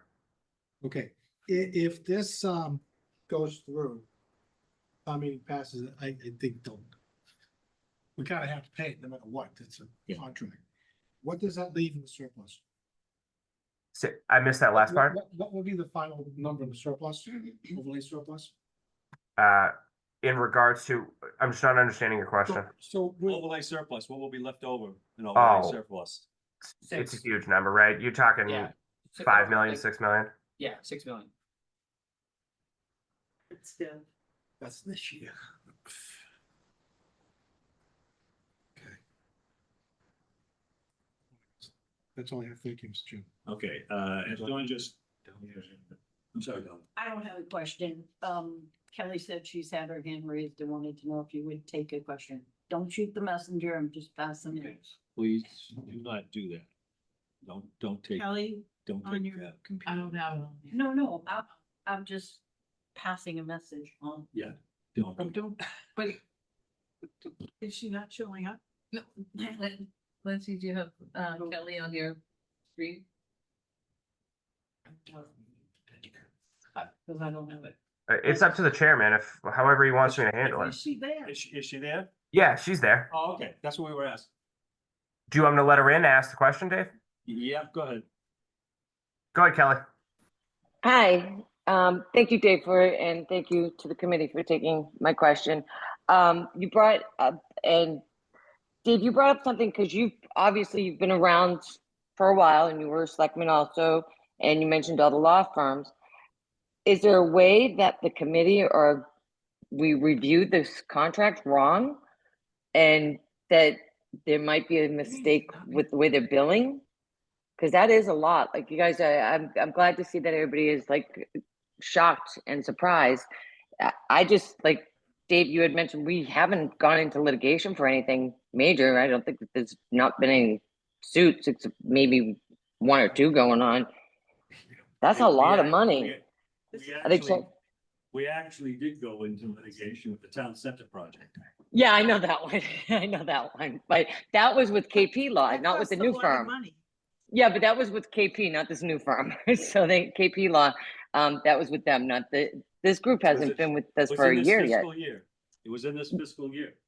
Yeah, but isn't it this new law firm that's billing us the excessive amount?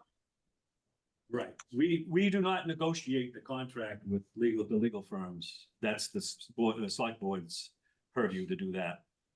So you, They okay. negotiated the contract this way. right, all right, so yeah, so no, don't know what, if it's, they're charging per letter they write or something, so, all right, but thank you for taking my, question. All right, as Don said, we have to pay. I mean, it's a bill, we have to pay, we incur the expense. So with that, in mind, John? Mr. Chairman, I move that the Finance Committee recommend Article 4 in the amount of $275,000. Second. Don? Wish we could all abstain. That was the message. Wouldn't it? Right.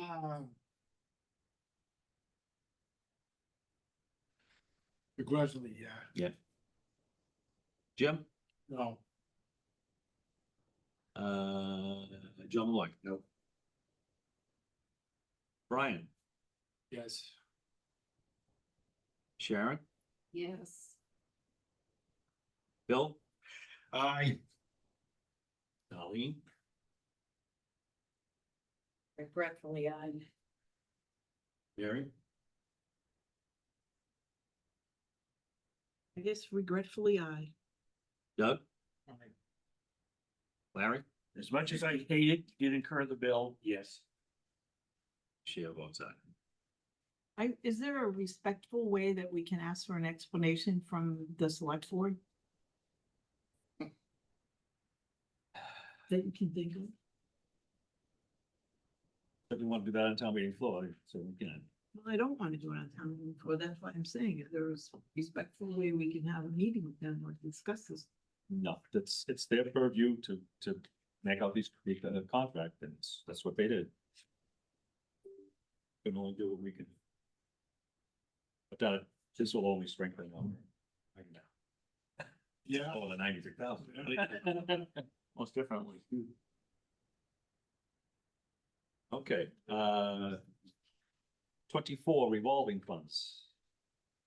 Four. So, Mr. Chairman, same article you guys see every year, no changes to it, nothing different. This is just the reauthorizing the amounts, right? Correct. Right. Does everybody understand that? This is just reauthorizing the spending limits of each revolving fund. Second. It's basically a fund. Trying to be. Right. Right.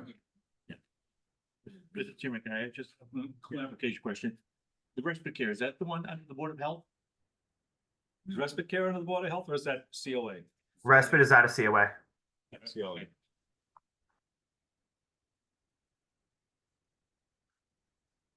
I am.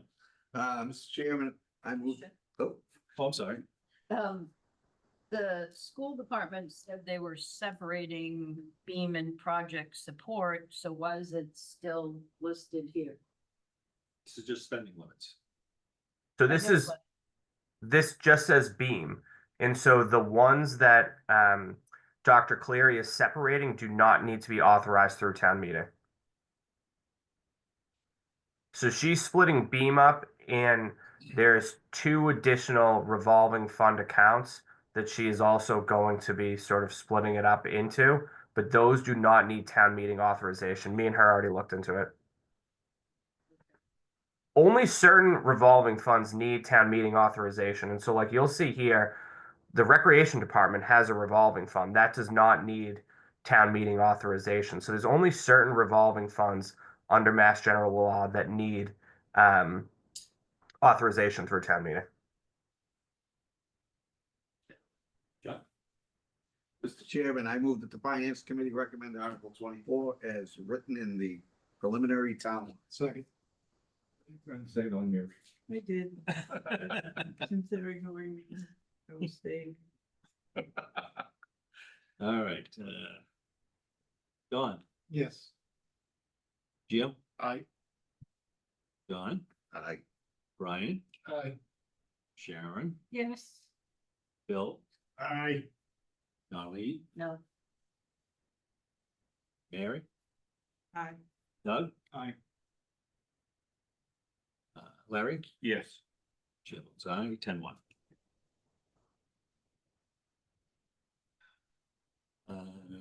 Article 25, PEG access. Yep, and so this is the same art, well, you know, it's a very similar article you guys see once a year, and so the town is moving 218,916.88 from PEG access cable. And so all it is a pass through. The money comes to the town, goes into this fund, and then we move it over to BATB. Everybody got that? Yep. Any questions?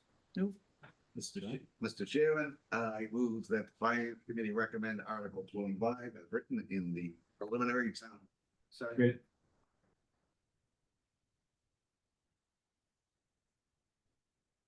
We have Dawn, Yes. Jim, Aye. Malloy, Aye. Brian, Aye. Sharon, Yes. Bill, Aye. Darlene, Aye. Mary, Aye. Doug, Aye. Larry, Yes. Chair votes aye, unanimous. There's only one John here. I'm hearing Dawn in my head. Oh, I see. John. Yeah, but it's in your head. 36.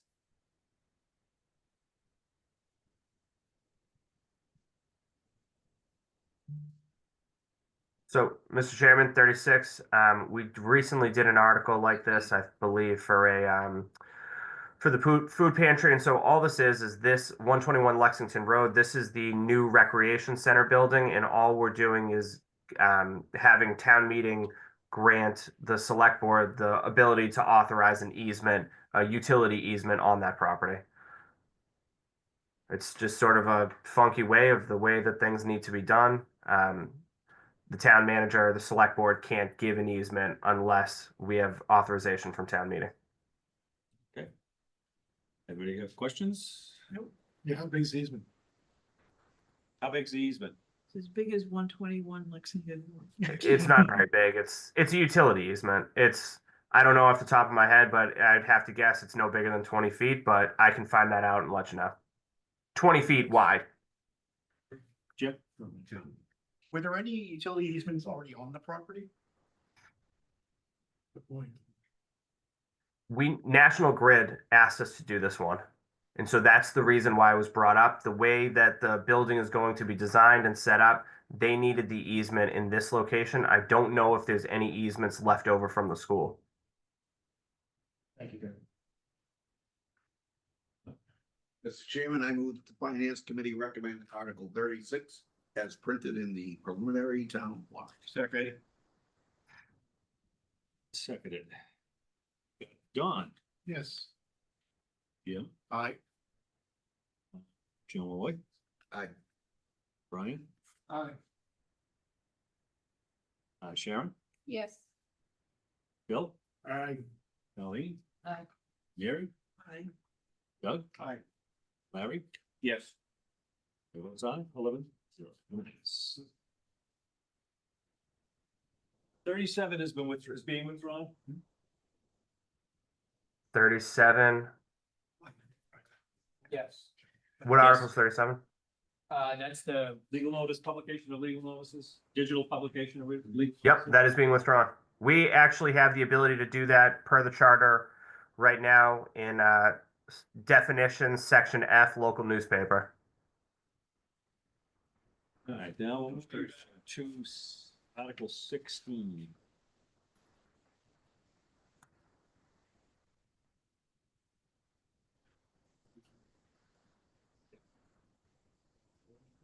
So these next few articles are the articles that the Board of Selectmen put in.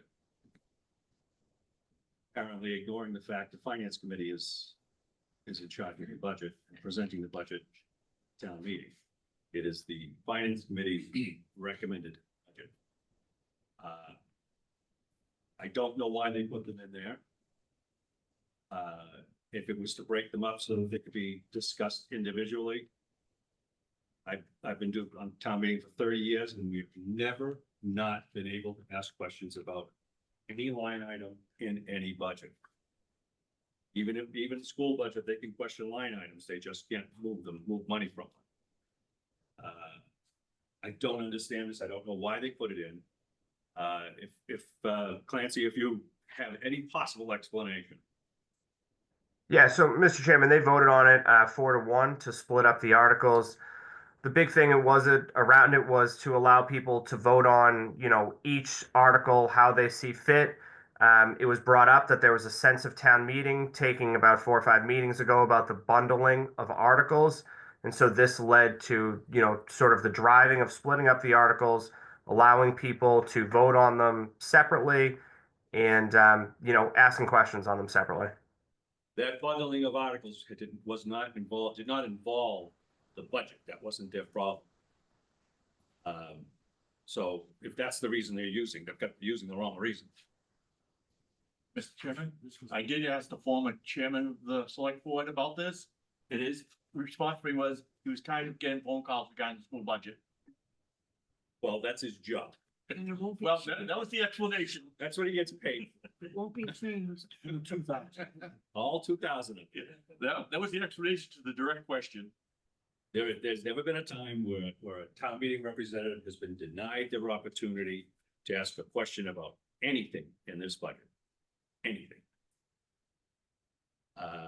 However, we're obligated to vote on these. Not exactly sure if we want to just vote them with the numbers attached. How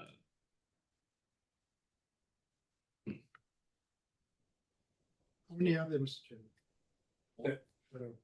Or 16 through 19.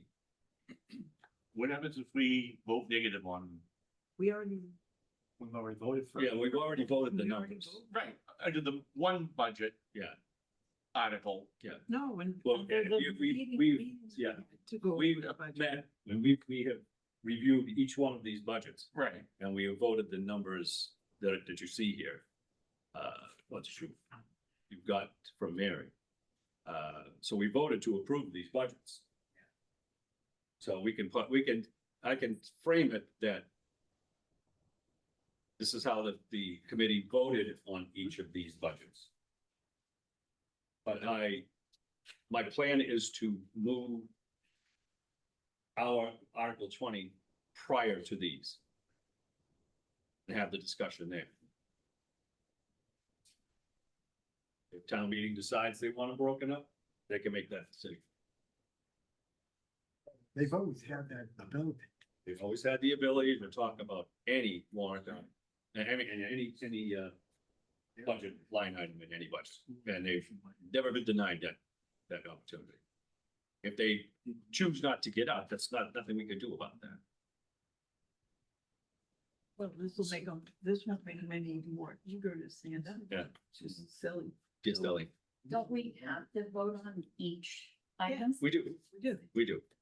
We've already done it, is Yeah. what Dave's saying. This is duplicate. Redundant. Because it's in the warrant. Yeah, but we voted on a different article number, right? yes, but we've already also voted on each of these. When we did the budget, we voted on each of these departments. But they were combined in the other one. So don't we have to do these articles also? Yes, we do. We have to take a vote on it. Oh, I thought you just said we weren't because. No, we have to take a Sorry, vote. I misunderstood. But when I What the legal department said about duplicates. Yeah. Yeah. Yeah. What did it? So, well, if you look, Create- Said, don't do it. Yeah, don't do it because it's, don't do it. we're duplicating this article, and this article. It would be humorous if we prove them all and then Article 20 and then we'd be spending twice I the see what budget. you're saying here. Yes. On Article 16, then, you would present a number and then reduce that number by the 93. Don't go back to that. Let's stick on these. So who's in charge of the actual PowerPoint budget presentation where they put it together? Do The we? town manager does the PowerPoint So presentation. could the town manager without it, it's the select board's authority, present it line item by line item? No, it's, Because part of this says show actual expenditures for the past 3 years. I don't think that we've done that, and I'm not saying that we want to do that, but it's in the budget then.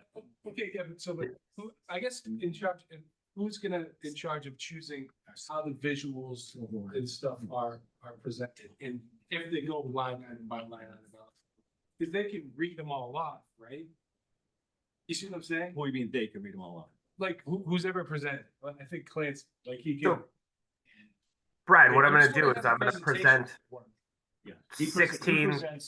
Yes. yeah, I'm gonna present 16 through 19. I'll have slides for 16 through 19. I'll have a slide for 20, and then whatever town meeting determines, I'll present it that way. I mean, basically, the only way I'm gonna present the budget is sort of the same way that I presented it to FinCom and the Select Board in that overview. It's Page sort of 21. broken up by it, but I'll be ready for both. So it is what it is. It's town meeting's determination. It's not mine. But on page 21, it breaks down. Yeah. That's Clancy gives the town's budget presentation. Right. Kerry will give the school department's budget presentation. Tony will give the Shawshene Tech's budget presentation. This is how it goes every year. And when Clancy finishes the towns, the AJ will ask, does anybody have any questions on the town's budget? And at that time, you can people get up and they can ask anything they want on any line item. Kerry finishes hers. Does anybody have any questions on the school budget for the superintendent? This is how it's always been. And Tony, the same thing for the Shawshene Tech. But the difference, Dave, is, as we know, we now have an Article 16 that includes things that are in Article 20. I understand that. So will people be able to speak on Article 16? Well, this is the thing. At that point, we've just already discussed the budget. So what are they gonna do? They're gonna give the town another $47 million? You would have to Well, withdraw they that might article. give it to legal. Yeah, counsel, but those articles would be withdrawn or dismissed. We can only hope. Amit's nervous that we're gonna do everything twice. Like, But with it, I agree They'll with, take the extra 47 million. it's his part of the town.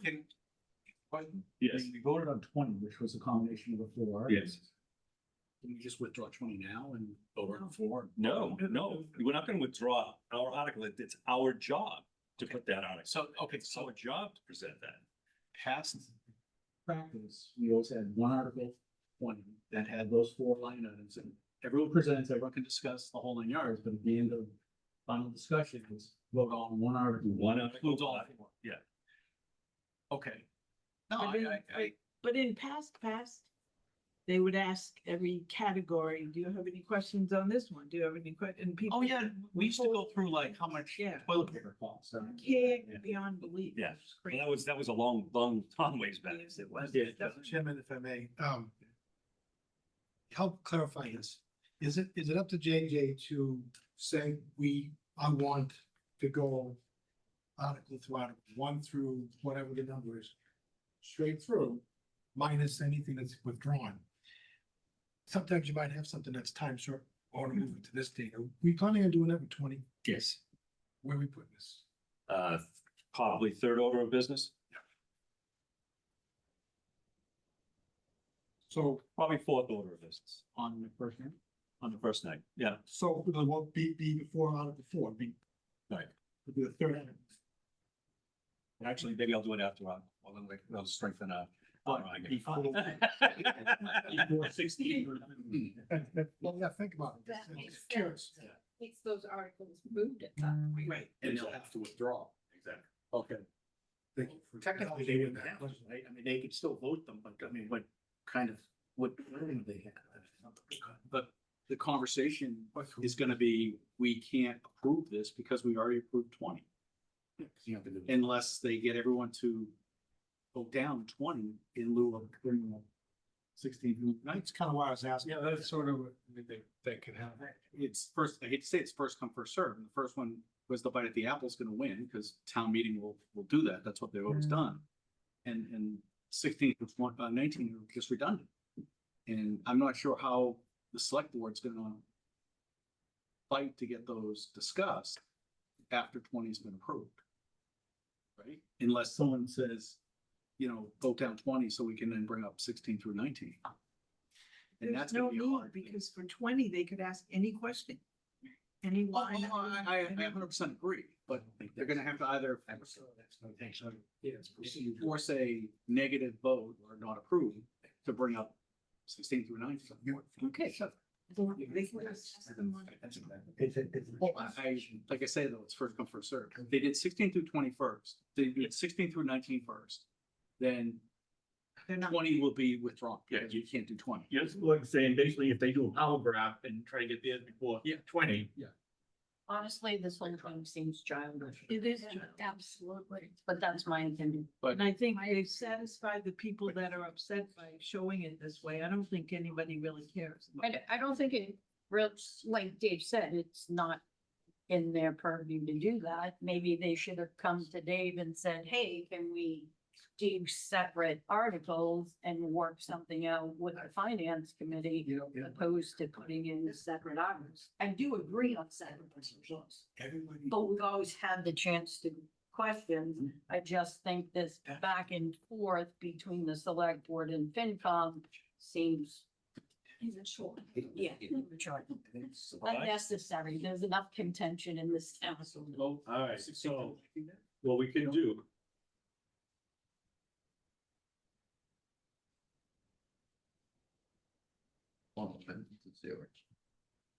Can we vote them all and just move 20 to first? That's what I plan to do, but I'm trying to figure out how I can word this to vote on these. Vote against. I'll entertain a motion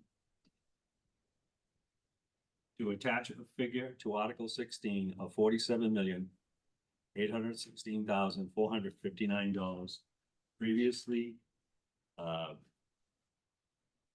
previously voted by the Finance Committee during the budget process.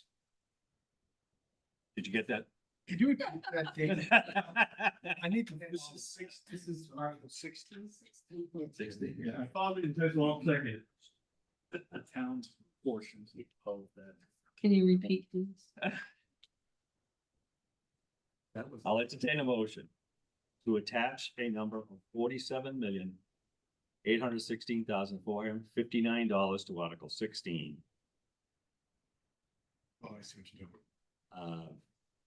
As previously voted by the Finance Committee during their budget hearings. And if I'll you do give that 20, if you do 20, I'll second it. can you say Article 16, all of which was contained in Article 20? Which we've already. Let's just do it this way. Let's Okay. just do it this way. Can you give me the amount again? 4,000,007? 47,000,000, We can, it's in the email I sent. Oh, okay. 816,459.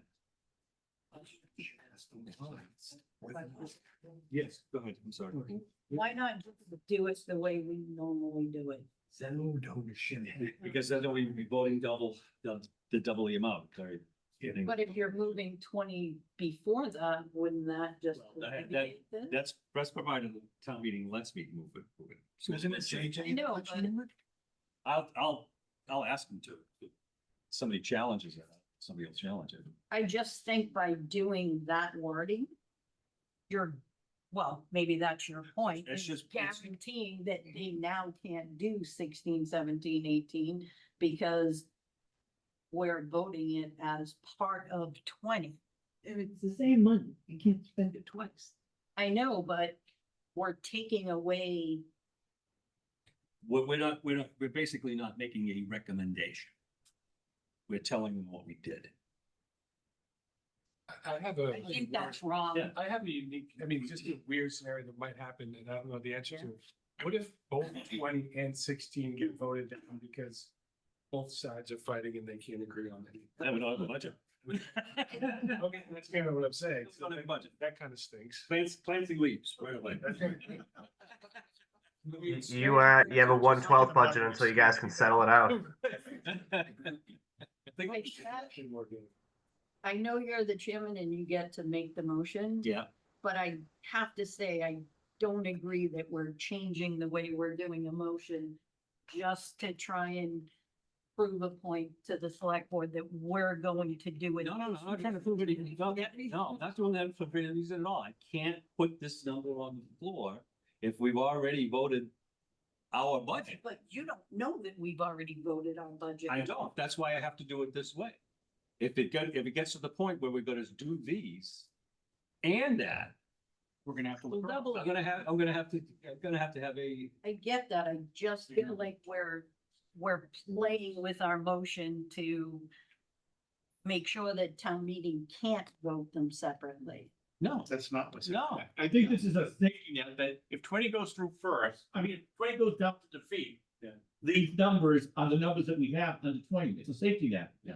The numbers have to be in Just correspondence, just thinking. each bucket. We already voted this number for, the total department budgets. We already did it. Okay. It was, I think it was unanimous. We already did public education budget. Whatever that number was. We've already done it. All I'm doing is saying that this is the number we voted when we went through the budget. That's all I'm saying. 10 to Okay. 1. No, that was tonight. So that's our de facto recommendation. Okay. So, if I may, Mr. Chairman. Yes. So 16 to 19 basically is 20. Right. Yes, yeah, all those numbers. Right. Total up. Yeah. Just to clarify, Kim. I'm gonna wanna do this for all four of them. And then Yes. Okay. Joyce, you got that motion down? But you're gonna be. just repeat that Just- one more time. And then 21 and 22 are their own. Yeah, it's the They have water, to be voted separate. yeah, water and sewer, we're already done. So, This is, All right. is this amending the warrant? it's a, no, not amending it. Oh, okay. No, this is the, You know what I'm saying? yeah, you have it down there, right? Yeah, so what I'm saying is now this verbiage is being attached to this, that amendment. It's not amending it either. Oh, It's okay. just telling you what we did. Oh, okay. And Yes. I would bet if we send Maybe she's the voted. moderator and explain to us. So if I weren't there. We did. Just so I understand. If I'm sick to death. Just so I understand. It's basically, instead of saying, I move that, town meeting recommend Article 16. Yeah. As printed in the warrant, you're gonna say, I made blah, blah, blah. As previously voted in, okay, now you just make your statement. Right, And you're gonna do it 3 more times after. and 3 more times. after Okay. that. Oh, So, they're gonna need 2 cups, okay. what do you have? What did you write down? I motion to, and then I don't know what that word is. What was it? 47? Yeah. 47,860. 459. Yeah. Article 16 is previously voted by the finance committee during their budget. And already voted by town meeting. Hopefully. Hopefully during. Okay. Mr. Chair, I'm sorry, but these numbers reflect the reduction that we're taking out. No. No. I already got yelled at that for that. Just, Yeah, that happens on town meeting. Mr. Chairman, So I, again, I understand. Okay. just move this. Move, I understand. Oh, tell me what I'm talking. move the finance committee recommend Article 16. Not recommend, not Oh. recommend. Motion. Yes. People are. We do this on free cash. We have multiple free cash articles that never make it to, they get withdrawn at the end because we spend all the money. Isn't this kind of a similar situation where we approve 20, then 16 through 19 are gonna be withdrawn? because- Yes, because we don't have the money. See, they do approve 16 through 20, they approve 16, That's what- 19, and 20. Because those are spending, this is appropriate. We can't appropriate those because the levy couldn't take it out. No, We double it. We've all, If that makes. let's take it for granted that they Article 20 first. We go through the normal process. We, See what he's doing. We voted and they vote, these would be addition to that. So you'd be doing it twice. Hey, guys, But try to listen and then maybe we'll be the, on. the problem is the budget's the budget and the budget defines the levy and all the extra stuff. This would break it, it would add another 40. Yes, exactly. It added another, Double the budget. Exactly. which we couldn't do by right, because you couldn't pick up a levy, you have to have a debt exclusion or an override, which has to be voted. So even if those other ones got voted in and broke the budget by 46 million, it would never pass out because the levy and all the numbers to make this work wouldn't work. And so, I mean, That number you're quoting is only number 16, so there's. oh, I get that, yeah, so they approved 16, any of these will break. Yeah. Because you couldn't add any of that into the existing approved budget under the current levy that's been approved. Yeah. It would break the 2.5, it would break everything. Yeah. And so it would put us in a bind because if they did it for over budget. They can't do it. So I would think if 20 gets approved ahead of these other ones, someone's gonna have to come in and say withdrawals because you already voted for it in 20. If they don't withdraw it, and for some reason town meeting decides to approve those, it's gonna blow up the budget process. They can't do it. So we're kind of. That's why we're not giving that recommendation. Yeah, no, we're not giving recommendations for 4. Right. But we have to at least vote on the number. Okay, Exactly. as long as we don't approve it, we can vote against it, and swing one, so, okay, that makes sense, okay. One president. Okay.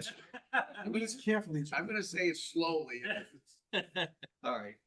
I move that the finance committee attach $47,816,459 To Article to 6. Article 16 as previously voted by the finance committee during their budget meetings.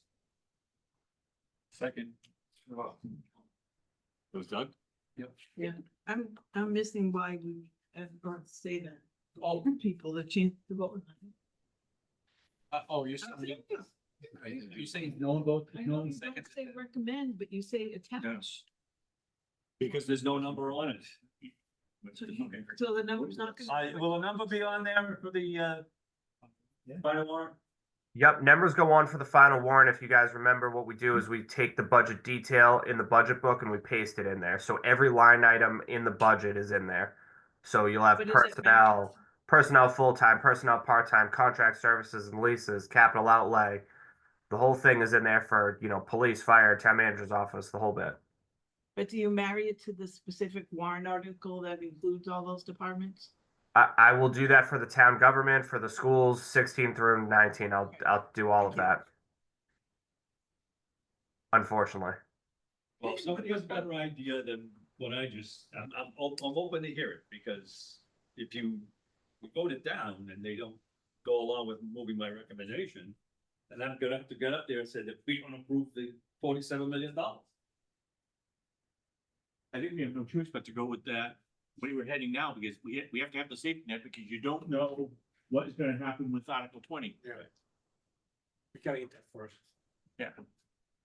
As much as we hate this process we have to do. Yeah. We're kind of roped into it. Can we make that motion and make some sort of statement about we don't agree with the process or the way this was put out and. We don't approve those. I I will have that statement prepared. Okay. Cause generally JJ has a handful of things that he's gotta move around or time certains and whatnot that he announces right off the bat.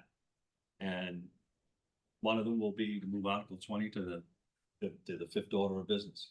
No, I mean, Tonight. can we make some sort of statement that, Somebody will- 16 through 19 is a duplicate and. That's what I'm saying. I will have a statement because somebody will say, wanna know why we moving the budget up. It's in the legals. Yeah.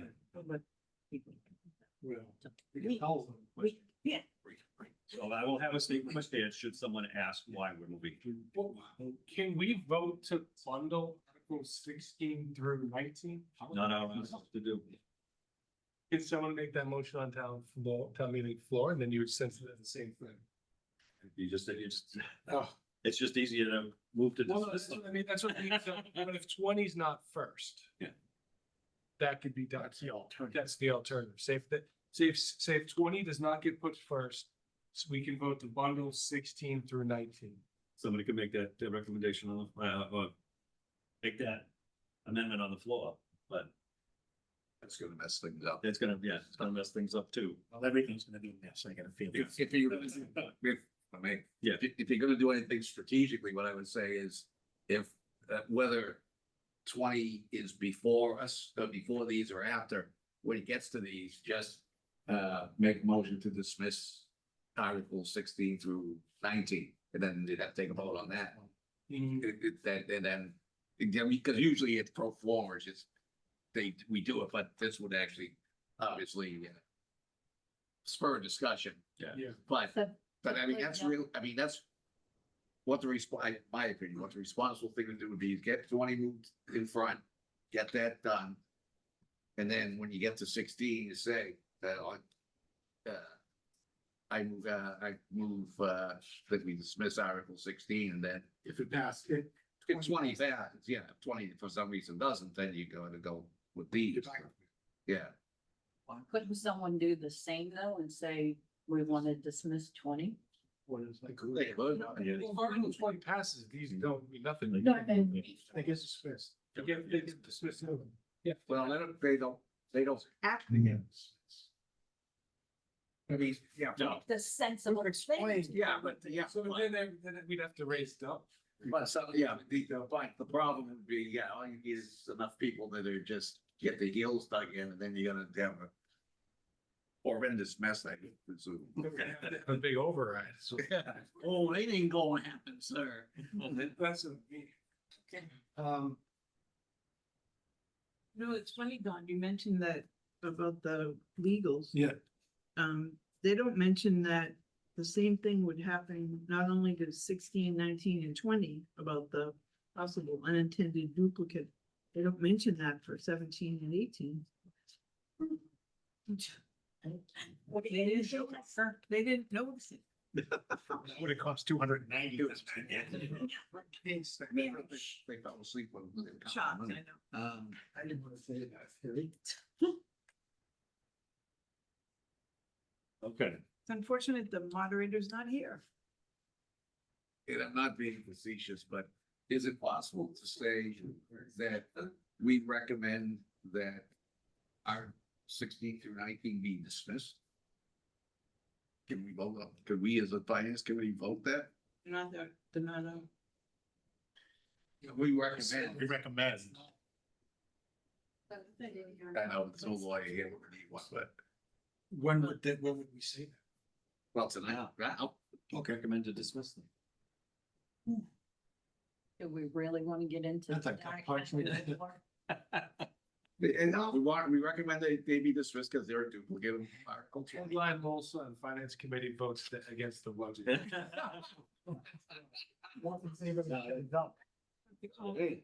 Nobody voted for me, so. John, I'm thinking like Dave said, let's take a chance at 20. Yeah. And if town meeting says no, then we go. We got these, and I'll just. Is there a way to conditionally vote that? It's, we said we recommend Article 20. In the event that Article 20 passes, the committee empower Dave to say, well, we gotta spend the money. We recommend we spend the money on the school, the town, the shared costs, et cetera. Can we have a conditional vote so that you can stand there and not have to say, we don't recommend the school budget? We've already. No, it's not the school budget. We voted. Well, it's all, but there's 4 articles that are coming up, right? 16 through 19, they're duplicated by 20.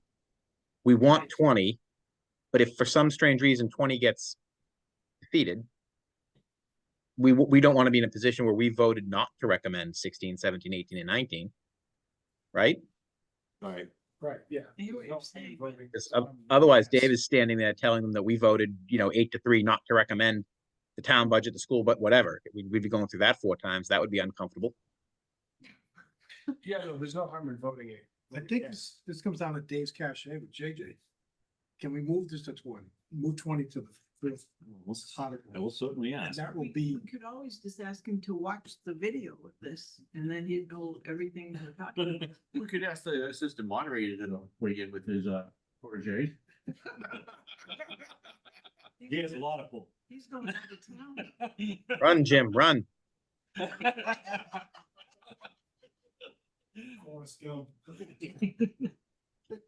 If it's 7:05 on May 6th, in the moderator. there.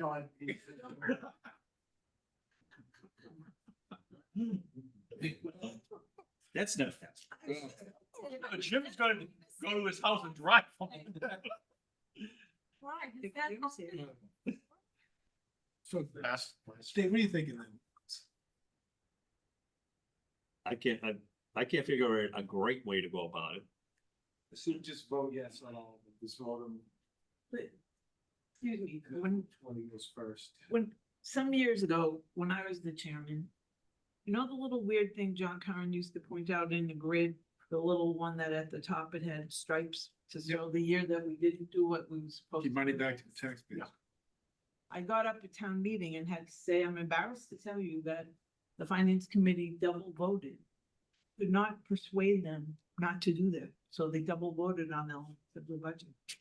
But we got it all figured out, because wiser heads prevail, but it was something I'll never forget. The embarrassment. What about this, Mr. Chairman?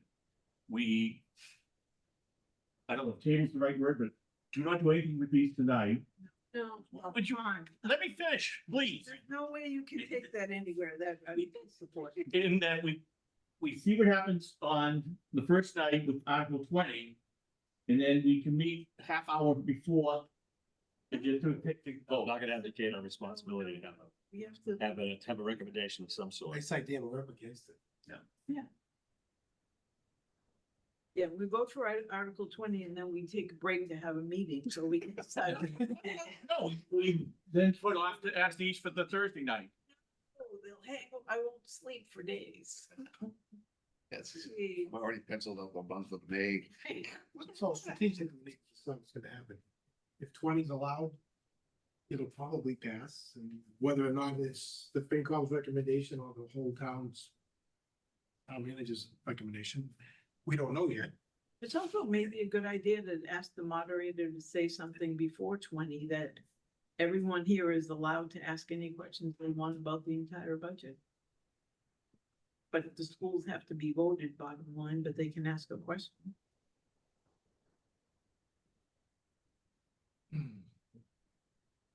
This is our article, Article 20's our article, right?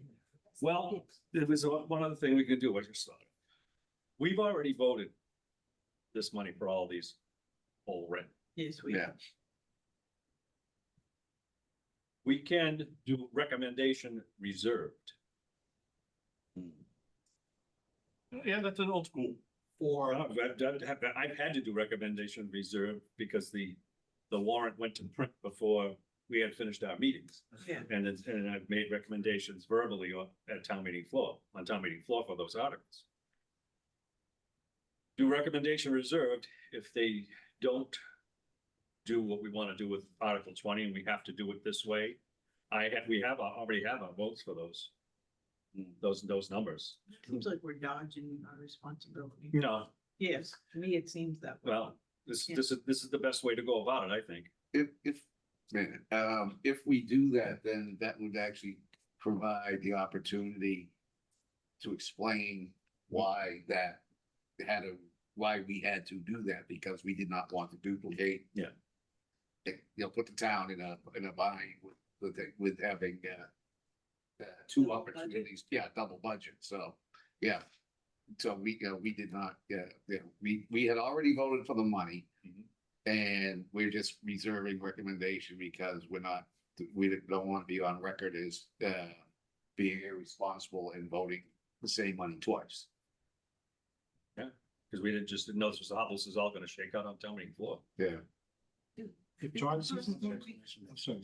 Could we ask the town manager and the town accountant if they have any suggestions that we're overlooking? I'm gonna defer. This is this is out of my wheelhouse. I would defer to you guys and let you guys handle it however you want to handle it. I think Dave's actually idea about reserves recommendation is probably the best way to go about it. If JJ sees that, gives him a reason to think. Yeah. If you go, let's say, to say, okay, let's put 20 first. I think you. I mean, or you guys can just honestly, you can just vote to recommend it. Vote to recommend based on what happens on at the whatever one goes first. You recommend whatever one goes first. Well, that's what I'd be doing. I'd just be giving, if we recommendation reserved, I would give our recommendation, which we've already voted on these, so I already have votes. So we don't need votes for them. We've already voted this money. We just have to vote. Yeah. Into the article. Well, we could vote to reserve recommendation for town meeting floor.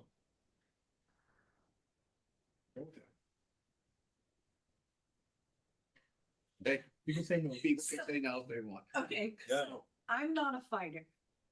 Here's my suggestion, and I'm sure it probably isn't one people will like. But how about if we remove 20? Now, don't freak out yet. How about if we remove 20 and make a statement that we removed ours and we know the select board way overstepped, but to make it easier on town meeting floor. I will not be the finance committee chairman who removed his own. How about if we go to the select board and ask them to remove theirs? That's something we should do. Seriously, that's a good. You want to be the, Just go. I'll do it. I don't have a problem with that. I think that's a good idea. I Not, have a problem not with at that. the meeting, but The meeting, why? we should all shoot. We need to have it declared. No, we have to declare it. Well, unless nobody said anything. Sure. I mean, personally, I like separate ones. I like everything lumped together. It makes things confusing for me. But they way over. make these confusing for you. Really. Personally, The I school like department gives things their school department gives their budget presentation. You ask questions about it. I get it, and I've always been able to ask questions, but we hear year after year that people wanted separate. But that's not the point. The point is the select board, this is not up to them to do that. This is. The thing that finance the thing the town committee's meeting job to didn't do. want lumped together was the, what was the word they used for?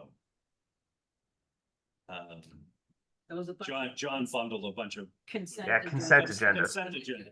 That's what they were fighting against, consent agendas, because there were a lot of times they were separate things that weren't related to one another. Right. And even though they could ask questions about it, they didn't like the fact that they were bundled together when they really weren't related to one another.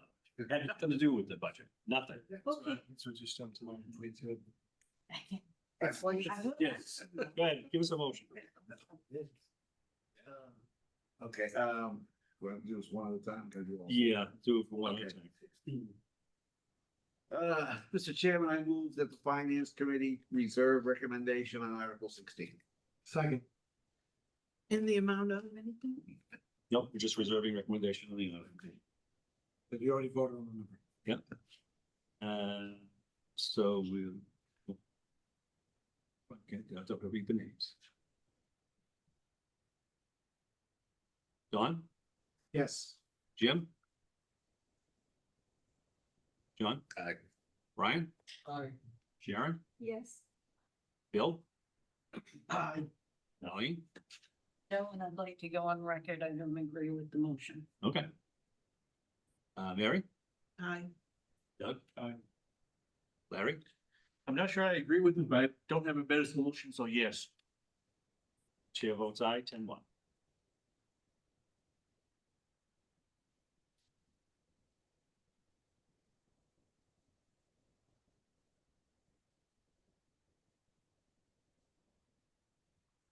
Next one, John? Okay.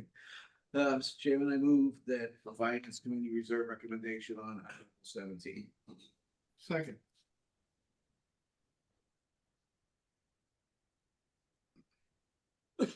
John? Yes. Jim? Aye. John? Aye. Brian? Aye. Sharon? Aye. Bill? Aye. Colleen? No, same request. Mary, Aye. Doug, Aye. Larry, Yes. chair votes aye, 10-1. There's no sense, 10-1 and all. I'm crossing the numbers out my board. 5 to 16, because we're not voting on them. Article 18, Mr. Chairman, I move that the finance committee reserve recommendation on Article 18. Second.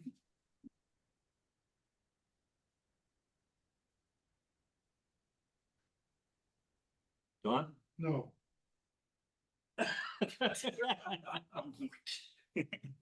He's like the shot sheet tag.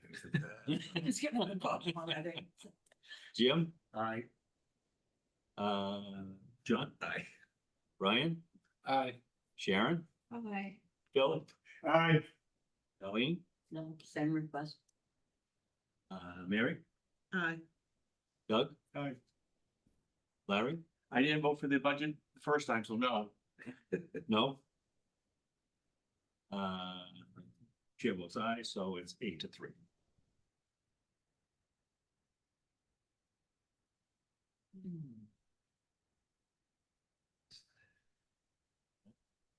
Mr. Chairman, I move the finance committee reserve recommendation on Article 19. Second.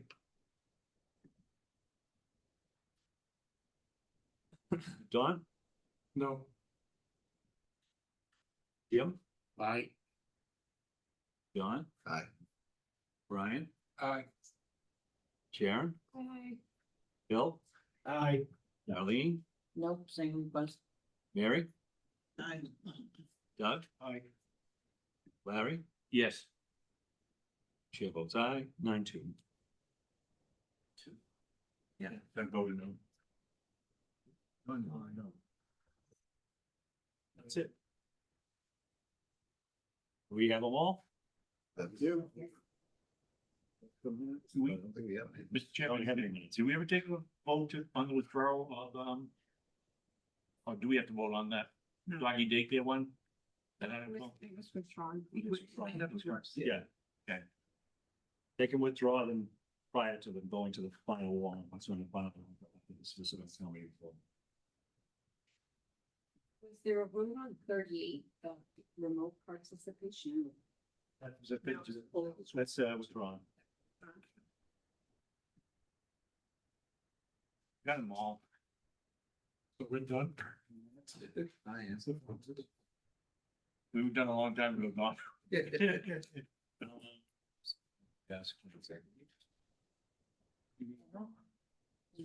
More meetings.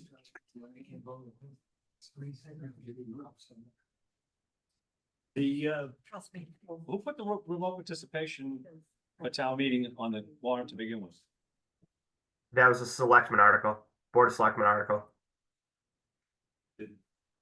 Did you give any reason why they decided against it? They voted in favor of it, 4-1. Then pulled it. Is it withdrawn? Remote participation was voted 4-1 to be recommended. The legal ads one was withdrawn. Yeah, but Robert said that 38 was also withdrawn. Let me pull up the warrant. I thought we were done here. Say it again? Give me 2 seconds. Let me just re-pull up the warrant. I X'd out of it when It's on the agenda. No, it's not. That's what the one was. but no, the one remote participation is still on. So just give me 2 seconds and let me just pull it up here. It's gonna be back. Yeah, it's been back. Can you do It's not on the agenda. unforeseen whatever? It's not on the agenda because I was told on the 16th that it was pulled. Yeah, 38 is still on town meeting. That one, 38 has not been withdrawn. That was recommended 4-1 by the selectmen. Who voted against it?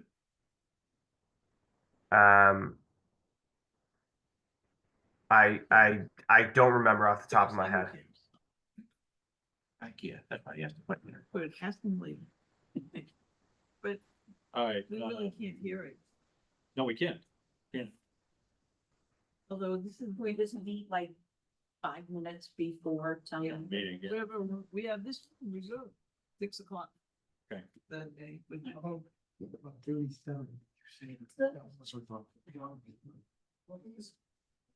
They both of those So May sixth, items, we won't have any money. Right, this wrong, so 37 is out and 38 is still in. Correct. 37 is out, 38 is in.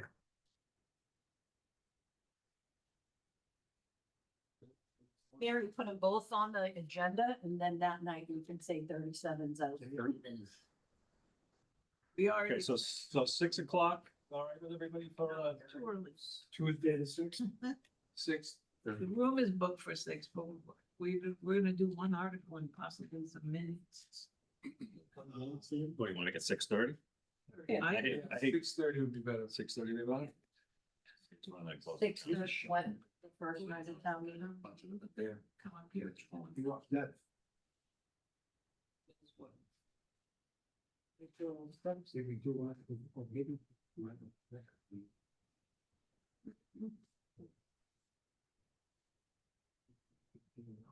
That's May 6th. We already booked. Oh, May 6th. Yeah, thank you. Great, thanks for putting the numbers on there. What do you know? You're welcome. I'll make it, we'll do it 6:30, as soon as I get form. So be on time, everybody. Might You do the remote. That's what I was concerned on. Like this. Rather do it at 6. No. If, Pakistan, it'll probably take 3.5 minutes, we'll say no. Yeah.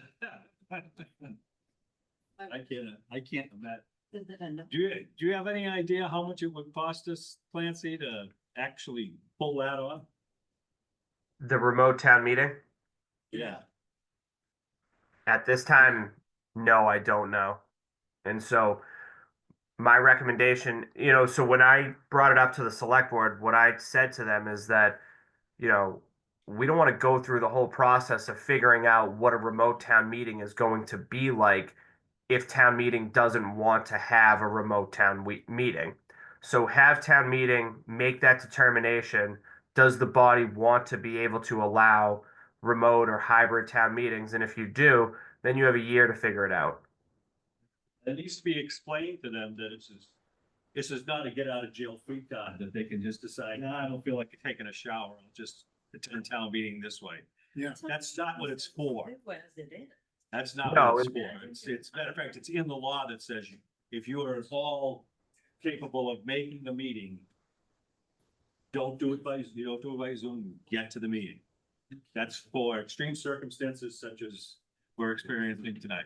Yeah, I don't think any of you guys wanted to be near me. Amit was near me earlier today, and he may not be in tomorrow. So, and Robert was near me yesterday, and he's not here today. So, Guys have no camera. Yeah, that's the other thing. Would have to be roll call vote, wouldn't it? Anybody who's saying yes, and we talked. Other communities do it, and so you would have to figure it out, work with other communities, and kind of go from there. Do they have a representative town meeting or they have this? Yeah, so Arlington, Wayland, and Wellesley, I believe, have done it. Which I was just gonna say. Yeah,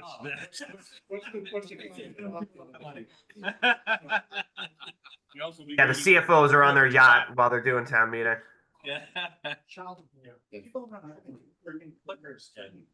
Okay, I'll entertain a motion to adjourn. So move a second and all those in favor. Thank you, Clancy. Thank you, Josh. Thank you. Thank you. Appreciate it. Lexington. Chelsea.